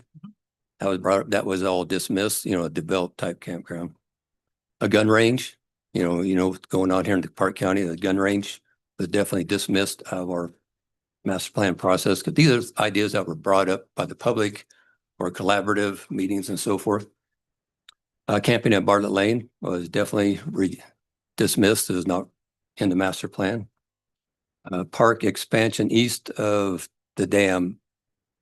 It was brought up about park managing the canyon from the dam down, but there are too many variables with the power plants, and security and safety. So that was dismissed.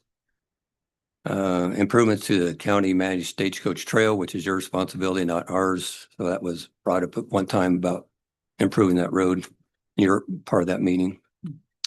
Dredging the reservoir, you know, like I said, that's all Bureau Reclamation, the Corps engineer, they're the one in charge of the reservoirs. And reservoirs are designed for a 50-year lifespan. They're not designed to last forever. And that's one reason why the dam was raised 25 feet. This thing will silt in eventually. I'm not sure what they'll do afterwards, but that's not our worry, right? So recreation is the byproduct of their deal. Facilities and trailheads by Shiloh Road was another one brought up. That was dismissed as well. So approved stuff that was brought up, potential. The Diamond Creek area. Best way to explain it, Buffalo Bill State Park, we have MOU with the Bureau of Reclamation for a portion of the Bureau lands. You know, Bureau has a lot of lands around the reservoir. We only manage a portion of it.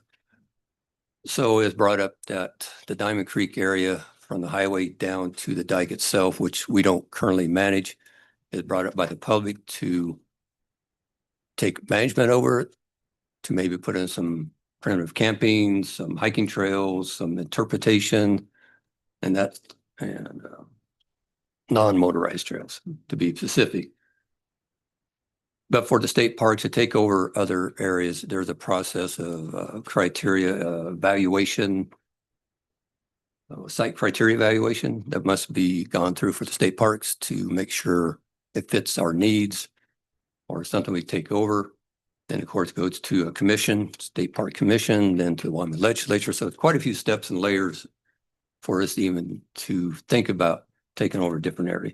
And state parks statewide is already, other areas have been offered to state parks and we haven't really taken on anymore. So I'm not sure that's above me, upper management. So if it ever happens. That was one thing that brought up into it. Bartlett Lane, expansion of the parking lot for the boaters. That's been a big need right now. And we get, that ramp's only used for a couple months out of the year because of reservoir levels. But when it is used, it's full and overflowing. It needs to be exercised. The area was brought up to, like I said, this stuff that made into the master plan, some grazing of the irrigated lands that are nearby, that are Bureau lands by the Forest Service with the horses. Currently, they already do Diamond Creek area, but give more area for that. Shirley's Pond or the Diamond Creek Dike area.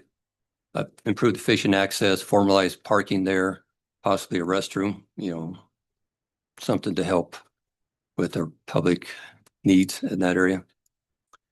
South Fork is talking about where the South Fork River dumps into the reservoir. It was in the original master plan you got there, but it never was formalized for a restroom or picnic area, days area. South Fork area is mainly used by the locals, is the best way to put it. So that'd be more of a, if we get requests from the public for a recreational area, We might have be quite a something to look at. discussion about ice and build up, and some things that may affect any kind of maintenance on any kind of permanent structures might be a little bit of a problem. Yeah, So some of possibly, those backs up discussions. in there a little bit, but Right. it affects your bridge before it gets that area True. really, pretty much. But so that's, I'm guessing that's one reason why in the past when there was pursued the trail going out to hit the South Fork Dike itself has a little bit of swampy area and stuff, so there is some concern, so. But it put in there if there was a call for from the public for recreational area in those areas. They call it Central Shores. I call it Social Security Point. You know where that's at? Oh, yeah. Um, I'm not on it yet, but I'm about there, so I'm ready. They're looking at possibility of a walk it through archery range out there. It's made it to the master plan, non-motorized trails, restrooms, parking areas.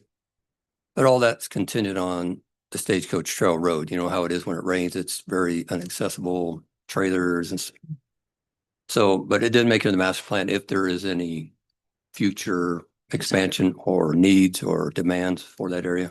Okay. Stagecoach campground area used to be known as South Shore Boat Ramp. That campground was put in 2020 in response to the COVID.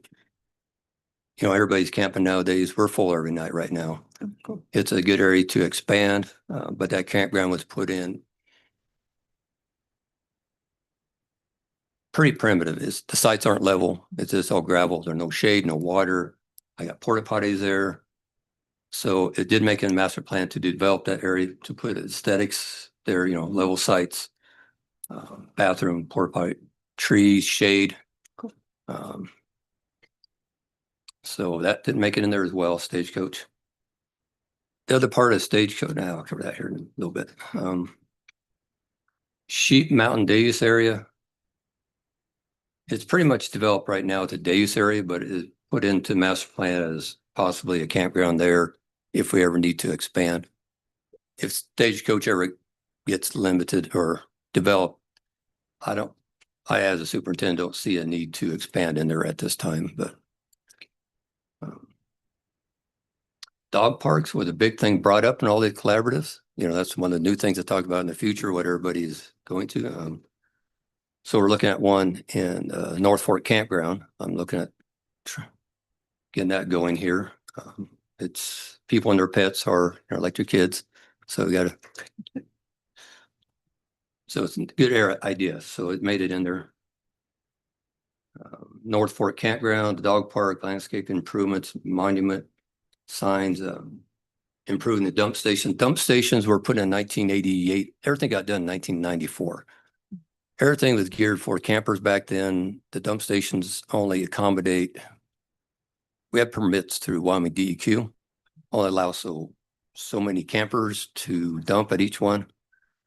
So I felt like the dump station caught because I'm allowed 22 dumps of trailers at the North Fork, only 15 at Lakeshore. So I ended up having to close them off here and there, which is not really conducive to the public when they come off the highway. The National Forest come down to dump. I can't really accommodate them. I like to put my visitors first. Sure. If they're camped in a campground, I got 58 campers, only 22 get dumped. They come first. So that's I do have it on the list. I'm not sure when it'll happen, but dump station is like $1 million now, as you guys very much aware of. But also the North Fork Campground, I'll bring it up. My biggest thing for the park as a manager, I've been trying to get trails at this park. I get demands, calls for where do you go hike? Where do you go walk? I send everybody down to Hayden Arch Bridge, Sheep Mountain Trailhead in town, the city parks. That's about the only place I can really send them. On the park, everything I have is 100 yards long, 200 yards long, and that's it, dead end. So I've been trying for 9 years now, and I'm still continuing. And I think I finally got the go ahead to tie Marquette to Lakeshore to Eagle Point to Shreve's Lodge, be like 3.5 miles. So right now I'm working on the estimates, getting that all put together and get it all submitted. Then I already had people offer money. So at least it gives us a place to get that a trail for send our public and recreationalists. North Fork, I already got a trail system, interpretive trail going on in the campground itself called the Thurman Ditch. The Thurman family raised they owned this property right before they built the original dam in 1910. They farmed it and ranched it and irrigated it. So we're doing some interpretation there, build an internal trail system, which I like to tie into Stagecoach Campground. When we develop it, do a trailhead to the county road, cross the bridge, tie that into the Sheep Mountain Trailhead as well. So I'd make one nice extension of the trailhead system all the way around. Back at Stagecoach, it was brought up about equestrian, which is a very good idea, but the Bureau of Reclamation has some management policies of horse equestrians on Bureau lands. So it was worked out that we're right next door to BLM. And they're very open to maybe doing equestrian facilities on their property nearby when we developed the campground to tie all that together. These collaborative meetings, when I first started going to them, I wasn't very positive, but after going to one and after another, collaboratives are a very good source of working through these small issues. I think because hurdles, you got hurdles after hurdle. These collaboratives, it really makes things easier to get things accomplished and direction for the public as well as for us, I think. Shreve's Lodge, there's not a whole lot more there to do. They're looking at, we're like Yellowstone National Park. It's hard to find seasonal employees. Looking at maybe putting seasonal housing, because I get a lot of application for out-of-state folks. I have no place to house them besides 1 or 2 campsites. So we're looking at putting in seasonal housing, like a 6-room dorm type thing. So I'll be in the park shop maintenance area around my house, or maybe the North Fork house along Stagecoach possibly. Eagle Point, talked about the trail, headquarters. State Parks is always open to concessions. Before they raised the dam 25 feet, it used to be the Kings Marina. You probably know more about it than I do. But the Kings Marina was like a restaurant, and the Bighorn Basin Boat Club was out there as well. Now they moved to the other side. So that was all kind of conjunction and kind of a nice, neat thing back then. So, but we're always open to concessions. We've tried in the past, small ones, but it's always an open door. So it made it into the master plan. Along the highway, we call it North Shores. Gets used a lot by recreational or people going along the highway, walking their dogs and so forth. We need some sort of restroom facility to accommodate our visitors that use these areas. Norfolk Trail I talked about. So that's pretty much everything that made it into the master plan. Like I said, it's just a global thing that we can manage from. What about the addition a few years ago of the small cabin situations or movable cat, whatever you want to call them?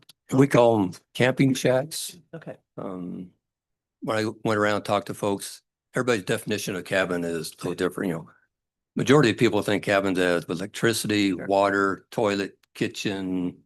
These things are basically a shed, a tent, a hard-sided building. So we call them camping shacks. You got a twin or full bunk bed in them and a little table chair to sit in.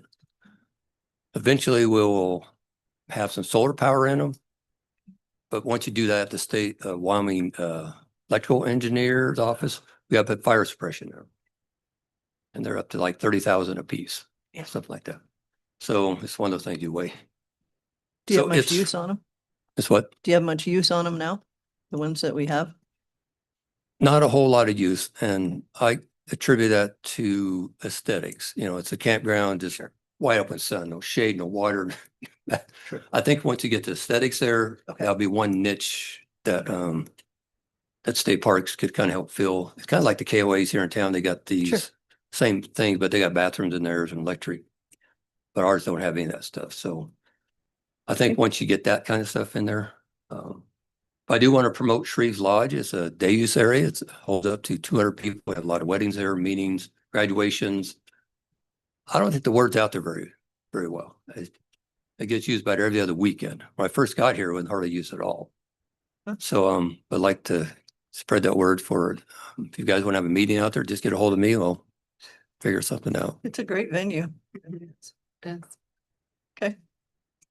Oh. No, we appreciate the update. Do you have questions? Dan, with the, was out at the boat club a couple years ago and they were talking about doing dock improvements. So did they do that or? Yeah, they did fix a few of them up there. In fact, Lonnie called me the other day and we have some old beater boat docks. They're coming to look at today or tomorrow but they're just, they need some new ones, but the ones they have worked on it, the Bighorn Basin Boat Club is the best boat club across the state wide, honestly. They're good folks from all over the state, a lot of them from Cody area. They're there for the right reasons. They take care of the properties.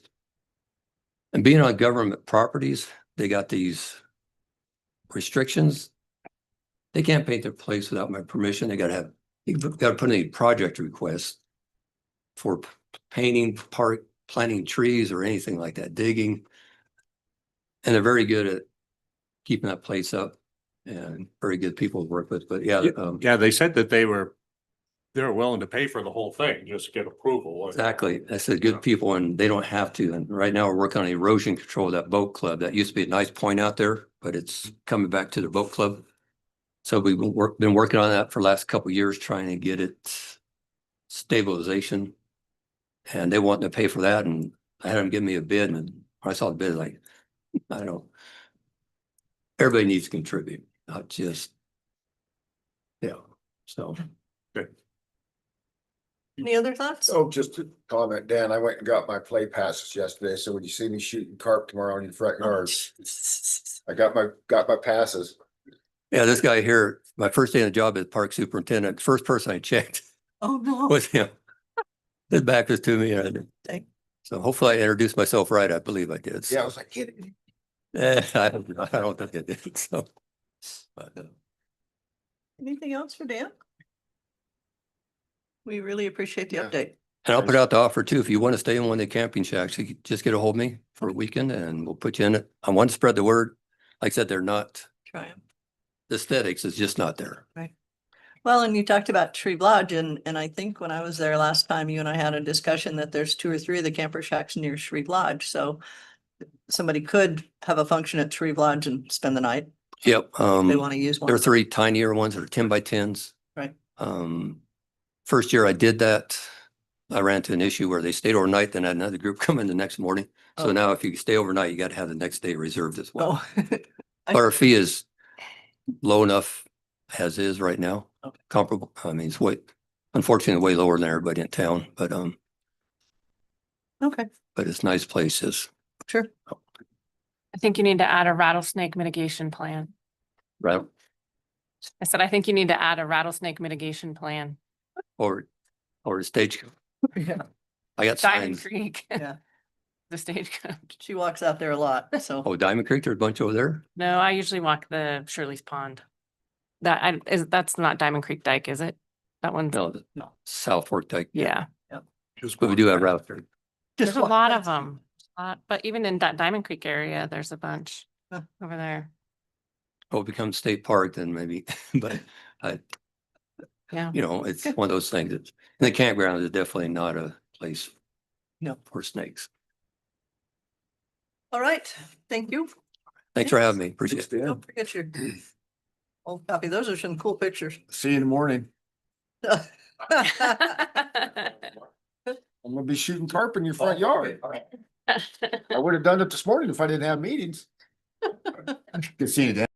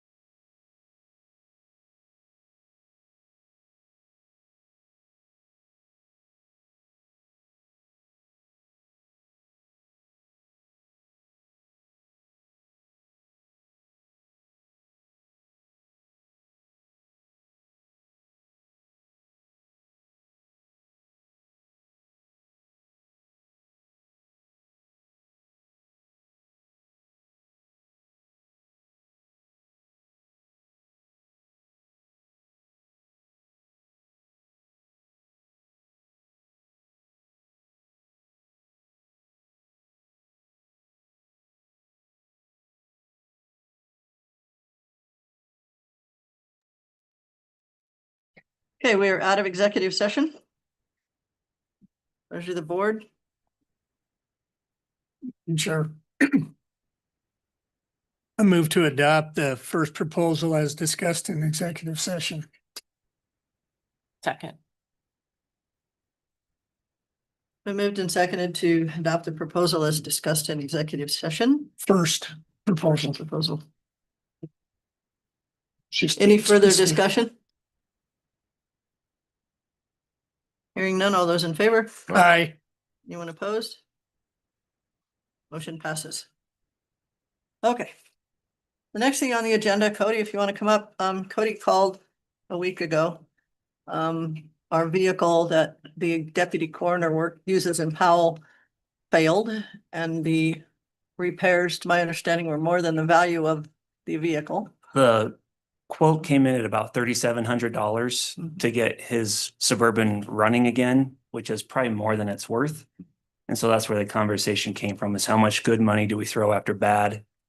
It's a 2008 Suburban. It has I think less than 80,000 miles on it, just because it's not driven a lot, but that also might be to its detriment because it sits a lot. So, okay. Last time we talked about, the paneling on it's kind of peeling off and it just doesn't look very good, which isn't a big deal to us, but it's 17 years old now. So wanted to have the discussion with you of how you want to handle that situation. So what Cody and I talked about, I did check around to try to find another vehicle to use on a temporary basis, needing an 8-foot bed type of situation or the ability for that type of size. And there really wasn't anything in our fleets right now that are not being used. So we had a additional discussion about seeing what our local dealers might have available, even used, to see what we could find. And predominantly because the only thing they have left is one vehicle that Cody has here in town. His offer was to go ahead and use funeral home vehicles, but we had talked about that at election time and said, no, we're not going to mix the two businesses. So we need to take care of our obligation as coroner as best we can. So he went and visited with dealers, and you have a quote on your SharePoint. We talked about it being, other than going out for official bids over the $50,000, he was able to find something. And then you also today or yesterday let me know about some doors to go on the back of the topper because he decided to go with a pickup. So just because we work a lot with the Yellowstone County coroner up when we do autopsies, we see what they're using, and that's where they're switching to 8-foot bed work trucks, just so that if you do have a decomposing body or a biohazard situation, it's in a separate cab than the driver. And it's just easier to clean, and it works out well for him. And then we don't have to buy a nicer Suburban. We can get a work level truck with just a 2-seated cab, an 8-foot bed. And then, the topper they use has barn doors. So the flap of the bed gets removed. That barn door topper sits in. And that way, when you're loading cots in and out, all that weight's not on the flap. That same tray comes down so that it helps you, the ramp comes down, so it helps you load the cot in and out, just like we do in a Suburban. So that's the reason. So the total we're looking at is $48,290 from Denny Menhold. And we can do that on a voucher this week that will hit this year's budget, whether bottom line or not. There has to be a budget amendment after that. We'll have to figure that out, but we can get it out of this year's budget and they can get moving when necessary. Yeah. So it says one new, but then down here it says under 40,000 miles, and then it says actual. I guess, Madam Chair, my problem would be is I just know what Mr. Miller would do if we just turn around and bought something from Garvin or one of them other places without putting it out to advertise and bid. You did talk to the other dealers, Mike. I talked to Fremont and I talked to Denny Holt because we had a week, so I had to talk to someone with connections, like a broader market they could pull from. I looked at Yellowstone Motors website, and they didn't have anything close. But I also understand your concern. This was all done just because I can imagine Mr. Miller, he found out about this. We bought something for Fremont, Doc didn't get a chance to bid on it. Well, this is Denny Holt. Yeah, but he did talk to the others. Well, yeah, I mean, I understand what you're saying. As Bert Miller, you're talking, yeah, we're buying from Denny. This is a Denny Manhole bid. Oh, I see that. That's what I'm saying. But I mean, if he Oh, were if it was to flip-flop. miss the bid or miss something because we bought it from somewhere else, it would not be pretty. He's just saying, I think, what I'm thinking you're saying is that we're not putting it out to formal bid, so even though you checked with them, it wasn't a formal bid, and that Well- might be problematic for some of the other. Yeah, and I guess my thing Dealers. is maybe what we do is you go back to Fremont and these guys and just get a letter that, or something that they're not interested or they don't have anything or, I've got been in these bidding wars before with the sheriff's office and I Yeah. just, I mean, you could get it, you ought to He's see what, speaking from past you gotta see what Vito's got out in New You Jersey. didn't go to out of state. That was gonna be my comment. Yeah. And I respect that because you've done a lot of this through the sheriff's department. So it was just, unfortunately, his car broke a week before this budget deadline. So this is what we came up. I got text messages from the dealer at Fremont saying, this is the only one I can get a sniff at or something is what he said. Hmm. And it wasn't in our budget. Commissioner. How many repair estimates did you get? Well, Zach took it to a dealer or a repair shop in Powell. My suggestion, I mean, what I'm looking at here, doesn't it include a trade or anything? And I understand the repair may be as much as a trade, but it's worth nothing as it is. I think we have it repaired. And then we can use it for a trade in next year's budget on moving forward if it allows. I'm also curious, why is there, and I know you're somewhat new to this, but there's $0 on your budget for machinery, equipment repairs, vehicle. Yeah, I am new to that. I don't. You don't even change oil in them? I mean, how come we're not?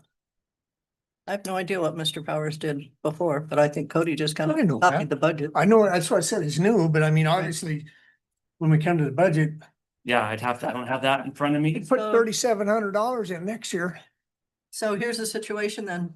If we choose to go that route, my understanding then is we could be 4 to 6 weeks of not having a second vehicle or not having the ability or allowing the funeral home vehicles to be used. So that's the bind we're up against. Is timing. Madam Chair, I guess where I'm coming from on that is I know we said we would combine them, but I think we got a different situation here. And I think as long as the funeral home is not making money off the county doing it, but then how do we come back and say, well, they can't do it for free? I mean, I think even though we said we would never do it, I think there's some situations you can't help but do it. I mean, Well, we can. I mean, sure. And with that, I mean, we can at the very least reinstate a mileage, right? At whatever it is, 62 cents a mile. I don't, 68 now. I mean, I think we obviously own that. I mean, it is a unique Your choices. situation. Wait, I'm confused. You lost me about what you're talking. paying the funeral home mileage for. Oh, because the funeral using home their has its vehicle. own vehicle. We have a few removal vehicles, yeah. And so if we needed to get Zach my 2013 Suburban to cover Powell, that way he's covered on that side. They're extremely strict. His dad owns Thompson Funeral Home and they don't want funeral home vehicles being used on county roads for decomposing bodies. I respect it and get it totally. The situation we're in, since I get to be the coroner and wear that hat, we've got extra vehicles I'm willing to use to make this work for the county. Or I can sell the county one of my older removal vehicles. Just so it's under the county's jurisdiction or umbrella. Yeah. Madam Chair, what was the time frame on the repair? I'm sure it's reasonable. I'm sure it'd be a week or so, just getting parts in and then the labor. What is it? What's wrong? I'd have to pull up. No, the- that's right. Yes.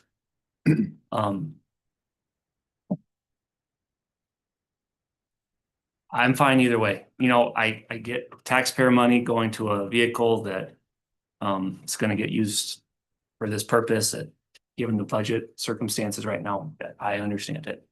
I'm fine either way. This is just the conversation we had and the prep work that went into it. But whatever you guys decide, we'll figure it out. So our options are repair what's broken with the Suburban. Yep. Buy a new truck or not new, but new to you from, It's practically new. So that 40,000 you saw, when I first called, I said, these are what we need. If it's a used vehicle, we'd like it to have probably less than 40,000 miles. So that's why on that bid, it says 40,000 miles. It's going to be a new vehicle, but they have to drive it to Cody from wherever. So that's why it's, Says it estimated to be under 500. so yes. So that's what that came from. Coming into Cody. But then it comes with all the warranties and stuff too. or the third option is borrow from, Well, but if we do the repairs, we're still gonna have to borrow from the funeral home for a period of time so that we have, And that's we just don't know. fine. Yeah. because we don't know how long the repair is gonna take. Right. Yep, or buy one of our old. 'Cause I just got a new Suburban for myself, so we do have an extra SUV at the funeral home that I am not currently using. How old is it? So, gosh, an 08 or 09 Expedition, and it would work fine for Zach. And if he needs to drive to Billings, that would make it to Billings for an autopsy, or he'd just have to come pick up the newer Suburban. And drive that. So there's options. Just a matter of what you're comfortable with And the timing. and the timing. The timing is part of the issue here, because we don't meet again. And if we do anything new, or even unless we were to buy yours today, well, it can't make the vouchers for the 24th if we don't do it today. And that's the last option for payments for this budget. And if we don't do it out of this budget, it's after June 14th before we can do anything else as far as pay. So anyway, there's the things that Cody and I've been throwing back and forth for the last 2 or 3 days.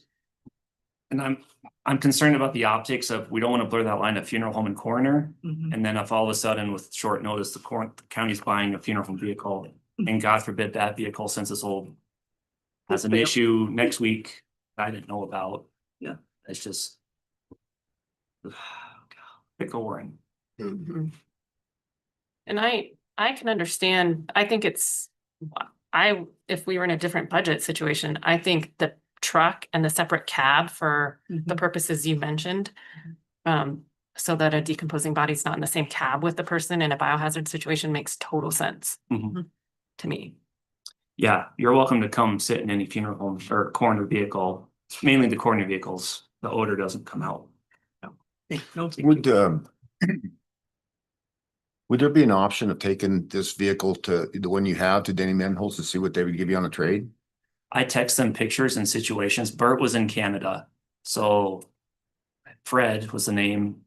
Just based on what I was telling him and pictures and mileage and stuff, he offered us, I think, $1,000 for it. Hmm. So it's not worth it. Hmm. And I gotta know what's wrong with it. I know you asked that and you said you didn't know. Yeah, we'll pull it up. I mean, sorry, that doesn't cut it. I Yeah, got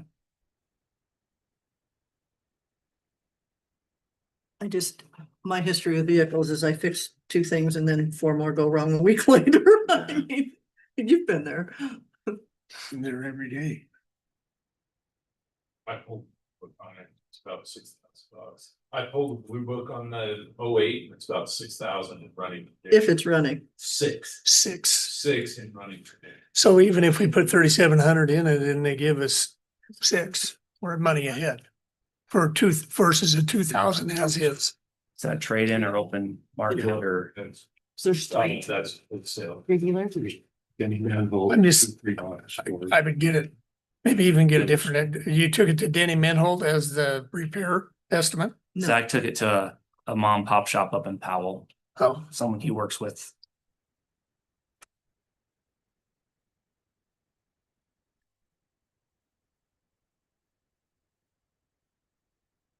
Sorry, guys. No, Got no that problem. ready for you. We don't have anything else this afternoon that's pushing on our agenda. Okay. We did, Just brew guards. just brew goods. commissioners, I would suggest get it fixed as soon as possible and bring this up in that budget time. Not that I'm opposed to it, but I think we do need to throw through proper channels of giving formal estimates on new vehicles, just like we do with road and bridge building and grounds. Policy say, If it's over 50,000, I that's why I thought this would be okay to kind of. understand, but it also requires 3 written quotes or at least requests. Well, and he did that. If the bid is over 50. gotta have 3 quotes. If it's under 50, you don't have to have quotes at all. If it's between 10 and 50, you have to get 3 quotes. Oh, And it sounds like he Oh, tried. But that would get him, I mean, provided it's not something that there you have to wait forever for parts or something, but I would think the repair shop. That's why I ask if they give you an estimate on time of repair, I would hope that giving the. You know, I get maybe it. wanting our business, they would work it in real fast. If not, we'll find somebody that can, if depending if it's just absolutely can't be done, but. So the government email on my phone hides stuff to where I can't see Do it. you know who you took it to and pal? I can find that out real quick. Auto Works, Ridgeline, TNT is another one. huh? TNT is a private one. Text Zach and see. Cause shoot, we could even call them together and just. Well, I mean. I don't know. I'm just thinking, I bid so many vehicles over the years. I just know that they call in with this price, but if we were to put it out to bid, it'd probably be a hell of a lot cheaper. If we had a formal bid, Yeah, because then they tighten their belts, you know, and I don't know. I just, yeah, I don't have my hopes up today for a new vehicle. It's just the timeline of what we were up against. I really wish we could have found something with like 20,000 miles on it, just something to knock the price down from a new vehicle. Well, or even if Road and Bridge would have had something with an 8-foot bed they're not using for a month or two, it would have worked, but. Yeah. There's nothing in our ownership. I guess one of the things, Madam Chair, I have a little bit of problem with this, and nothing against Cody, but having bought enough pickups for the sheriff's office, this seems awful high for a generic just work truck. It does include a topper though. It does include that topper's topper, included. The topper and installation of the topper is included. So they have to take off the bed legally, since there's the backup camera in the bed flap or gate or whatever, tailgate, you gotta remove that and move it to a spot. So that's all included. Oh, the camera. Yeah. So there's a little bit of work included. But yeah, I agree, Scott. I wish, you know, we can only pull from Park County, so that limits that also. Sure, we could have found. We something. try to only pull from Park County. Yeah, so when it's taxpayer money, do you want to keep it local or do you want to look nationwide? Well, Price you go to New Jersey, man, No, I'm you telling do you. not go to New Jersey. That gets you in big trouble. He already found that out. I didn't get in big trouble. The people who tried to make it look like I was in big trouble got in trouble. Because the public turned on them, not me. Yeah, and I can already hear it, you know, taxpayer money going to a brand new vehicle for what? I get it. So my hopes aren't up. It's my first time doing this too. But it's a, but also you're gonna Something have to it for a long time. I mean, it's a new gonna be well vehicle, taken but care of, it yeah. would be for many years, Yeah, most likely. I mean, obviously there hasn't been one in the budget for a long time. I know. Or that budget, I was just looking. There's nothing, I mean, Cody knows that there's not much in that budget. And most likely we're gonna have to do a budget amendment. I understand that, but Yeah, depends where he's at with everything, but there, you know, that's my feelings on it is that getting going as soon as possible with the repair of this vehicle. It pay dividends back on most likely trade-in value.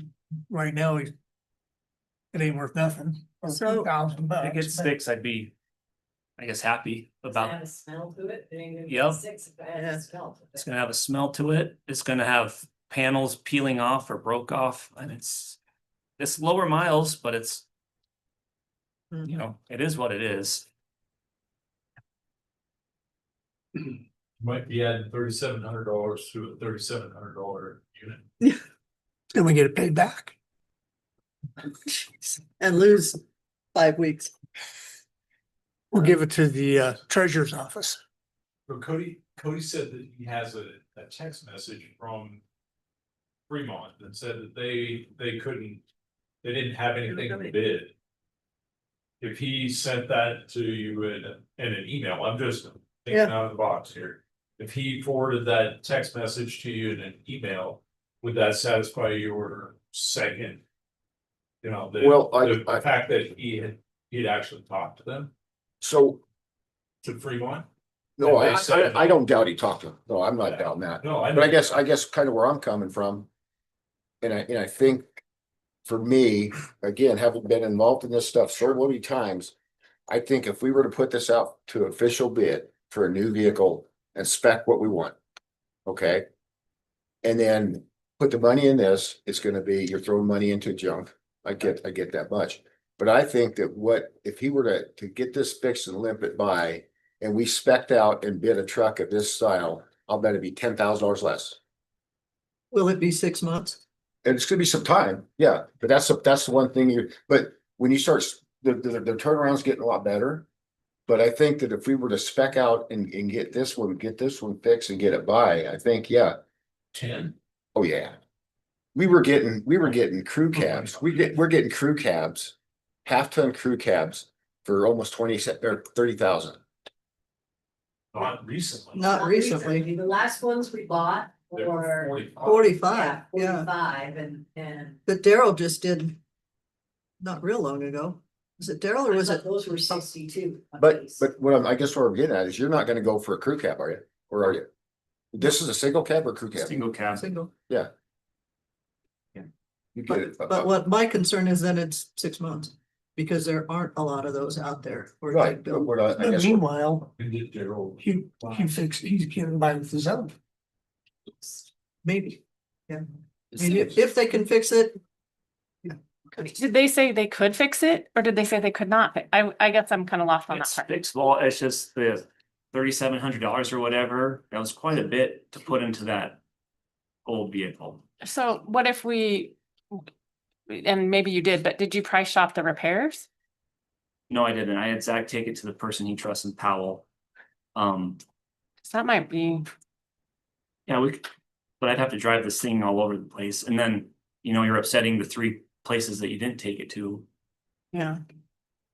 all to save maybe $100 to $300. So.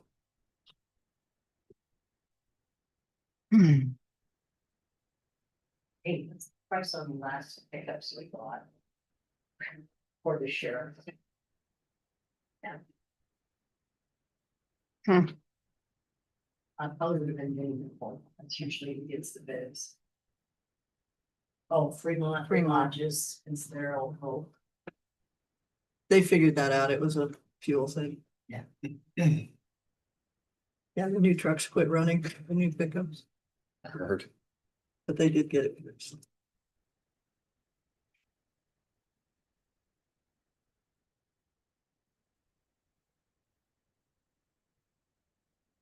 And those were bid prices. Actual bid prices. Those were actual bid prices.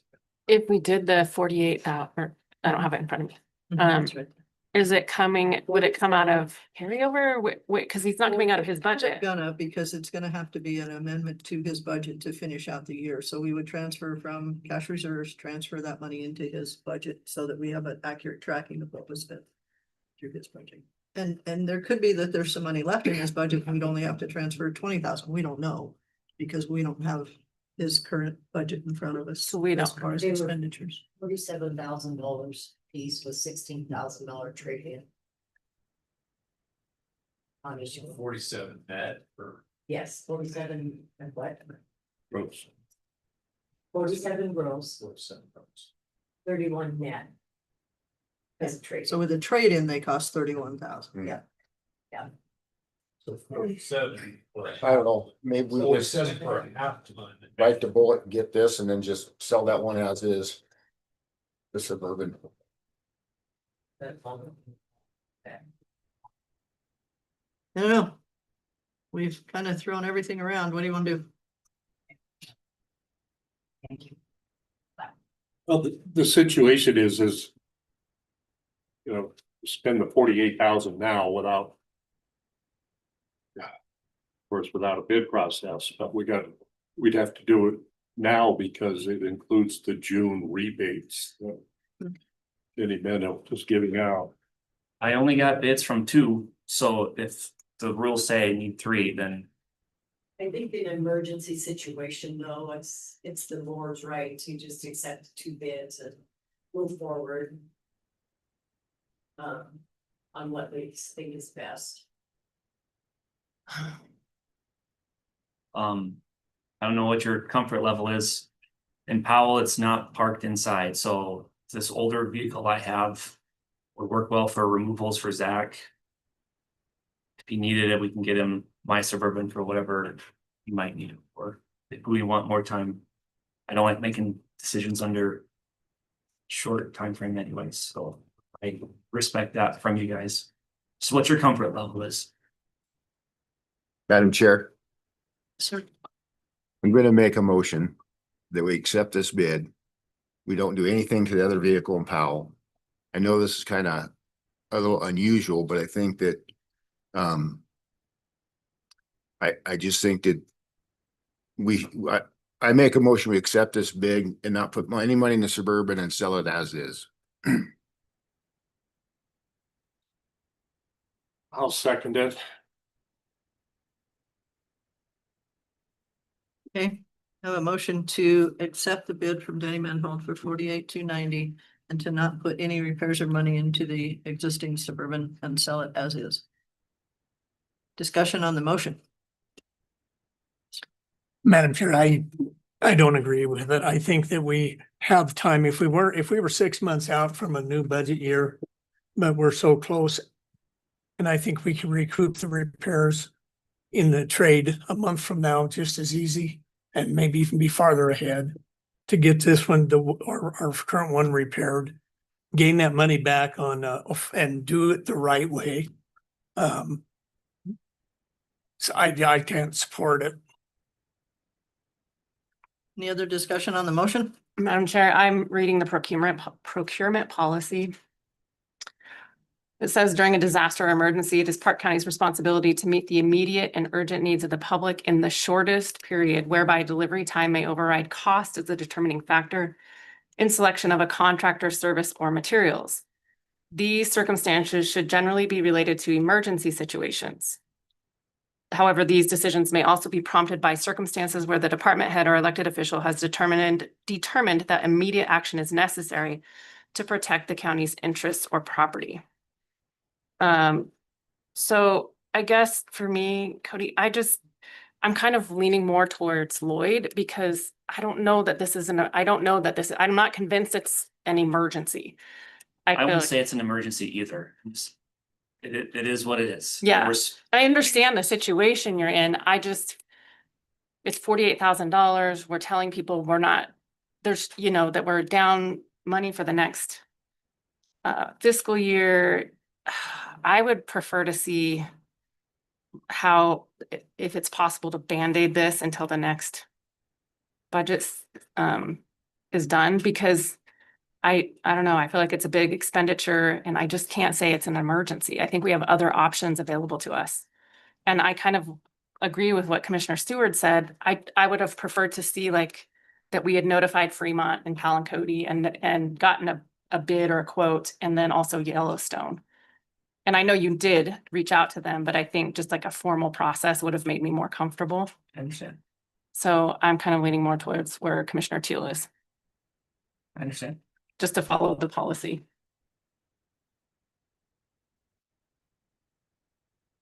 What's your guys' comfort level with an MOU between Ballards and the county to use one of our vehicles? I guess I'm not so comfortable with that. If it was me driving the funeral home owned vehicle, I'd be fine with that. So then Zach would have to take the corner Suburban. But I think we still need some type of agreement or understanding because it's private, I would question if he had an accident, right? in the funeral home vehicle in his official capacity, whether or not our property insurer would insure that, or whether local government liability pool would cover some liability issue too. I don't know those answers, just questions. I'm sure. Sorry. Commissioner, Based on Mr. Simone reading the procurement policy and that, I would withdraw my motion. I'll withdraw my second. Yeah, I don't want to present this as an emergency because it's not. There's less expensive options. If we want to burn the 37 and just hope it gets us 6 months or a year of use, then Madam Chair, and I think you still need to put something in the budget for Oh, absolutely. a vehicle. So whether you do it for July or August, yeah, whatever. We had begun that conversation and we just limped along Right. with what we have. So Well, and I don't think I think we put it in the budget and maybe go ahead and move on it as soon as we can, because we don't want to be having this same conversation in 3 months where, well, yeah, it's in the budget, but now I got to go out and wait 2 weeks till I get bids, and then we got to wait for 2 months to get the truck, and we don't have one to use. So if we're gonna do that, if we're gonna repair it long enough to limp through, then yes, let's get it in your budget for the next year, at least, I don't know, 50,000, whatever we have to do. Not sure. So literally, we are 3 weeks from having a new budget, 4 weeks from an approved new budget. Whether you spend the money this week. Yeah. Or you carry forward this 48,000 into next budget year, it's the same $48,000. You're just gonna have an opportunity to go through your process like you want to do. Right. Which is probably appropriate. Right. But if you're considering spending the money today, Mhm. you can go ahead and put that money in its budget for next year. And it's the same $48,000, whether it's spent now or Right. you carry it forward into next year. Right. But it's just, If you need to wrap your head around where the money's gonna come from. And spend $3,700 that is also not in his budget.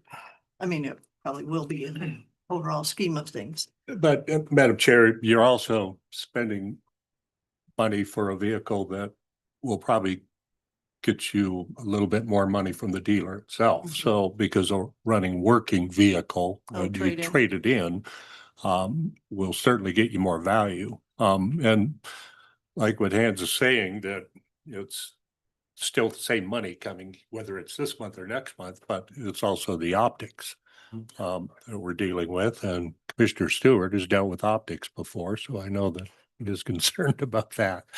Oh, not really. No, he's not concerned about it, but that's one of those things that people will say, well, why didn't you?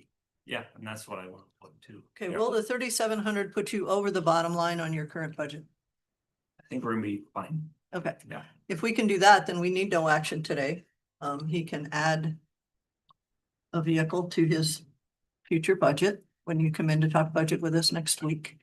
And go ahead and get the vehicle repaired ASAP. How you deal with that in the next week while it's getting repaired? I don't know, if there's Figure that part out. deaths in Powell or, whatever happens, yeah, you're gonna have to figure it out. I guess bottom line, if we end up owing some mileage for emergency situation, but as he said, with accidents or this or that, I don't know where we're at on that situation. So we just have to walk a fine line here till we can get it done. And I'm sure, can we find out as soon as possible, I said, whether we would be covered under Yeah, this? Okay, I'll get a hold of Warren. okay, Okay. thank you. Shoot him And I this think afternoon. at a bare minimum, he needs to be reimbursed mileage for Yeah, whatever. no, that's what I said. It Uh, shouldn't be a cost to the. But will we, correct me if I'm wrong, a week from tomorrow, we'll know a whole lot more of where we are overall on the budget. After next We'll Monday, be gaining Tuesday. we'll be gaining on it once we see this last run of vouchers. And I totally, I agree. I think it's probably a good move and we can hopefully put it in the budget, but I'm not even gonna go that stretch just today. But I mean, I would say the plan moving forward would be to at least request it. Right. Yeah. Madam Chair, and in the meantime, can you start getting bids? Or getting quotes or whatever we want to call it, or not? You need to wait until you know what you're budgeting. We don't have to accept them. So yeah, I think he could. Well, that's true. We could put it on the agenda in July and have them come in and then we'd know. But there's no sense in requesting bids unless you get the money in the budget, is there? Oh, I know. Put that in. I'm just, Yeah. If we put the money in your budget, then yes, you could go immediately and get some quotes. And we'll know more after next Yeah. Wednesday. yeah. And Madam Chair on this too is if you spec out a vehicle and you advertise it, I know you're throwing money in a paper, but there's people that would probably bid on something like this. They just don't have it on their lot. Right. This one isn't on the lot. When's the delivery date on? It's in the Denny Menhold system, so I think it's in Billings.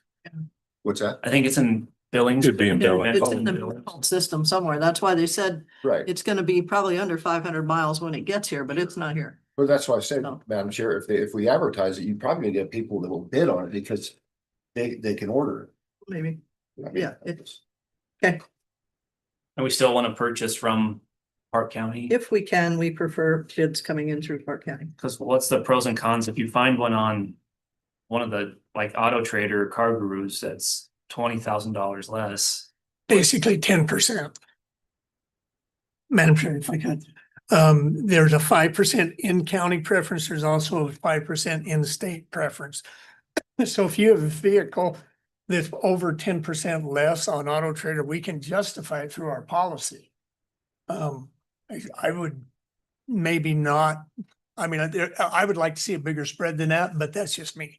But there is in our procurement policy in a 5% in-state versus someone coming from Montana and or a private via out of state. And then there's also additional 5% in county. So it's a total of 10% in-state, in county versus somebody in New Hampshire or somewhere like New Jersey. New Jersey. But Still, so that's that 5,000. you can shop all you want. Well, I'd sure like to find something with 10 to 20,000 miles on it, you know? Right. I don't, Sure. that takes the sticker price way down. when Someone else drove it. Yeah, if it's been owned before. 10,000. Yeah. And just so everyone feels good about this, on page 11 of the procurement policy for vehicles, machinery and heavy equipment in the range of costing 5 to 50,000, competitive bidding procedures are supposed to be followed. Under 50? It says 5 to 50 for vehicles. Right. So Midway Motor can get you something out of state and they could still get in state, in county also. So I'm just saying rather than, there's others. Yeah, I'd love to than open up to absolute everybody in dealers. town. And then I'll end up with 7 upset dealers and 1 happy. Oh, I But- pissed off. We do that all the time. Madam Chair, I think It's that, fair game. I think we're over analyzing this. I think what we do is you spec your half-ton truck, single cab. And all that, the 8-foot bed, Doors. the stuff, and you advertise it in the short ad in the paper. And what we used to do is send that to the dealers, local dealers, but put it in the paper, or you can just, we've done it where we didn't put it in the paper. You send it to the dealers, you want a 2025 single cab, whatever, half-ton truck, and then on a certain date, they send the bid to the clerk's office, you have it right in your sheet, and if you want, talk to Daryl, the sheriff, because he's got all the forms I used to use. And you can spec them out almost identical to what he does. Or with the single cab. And then you have a certain date where they're due back to the clerk's office.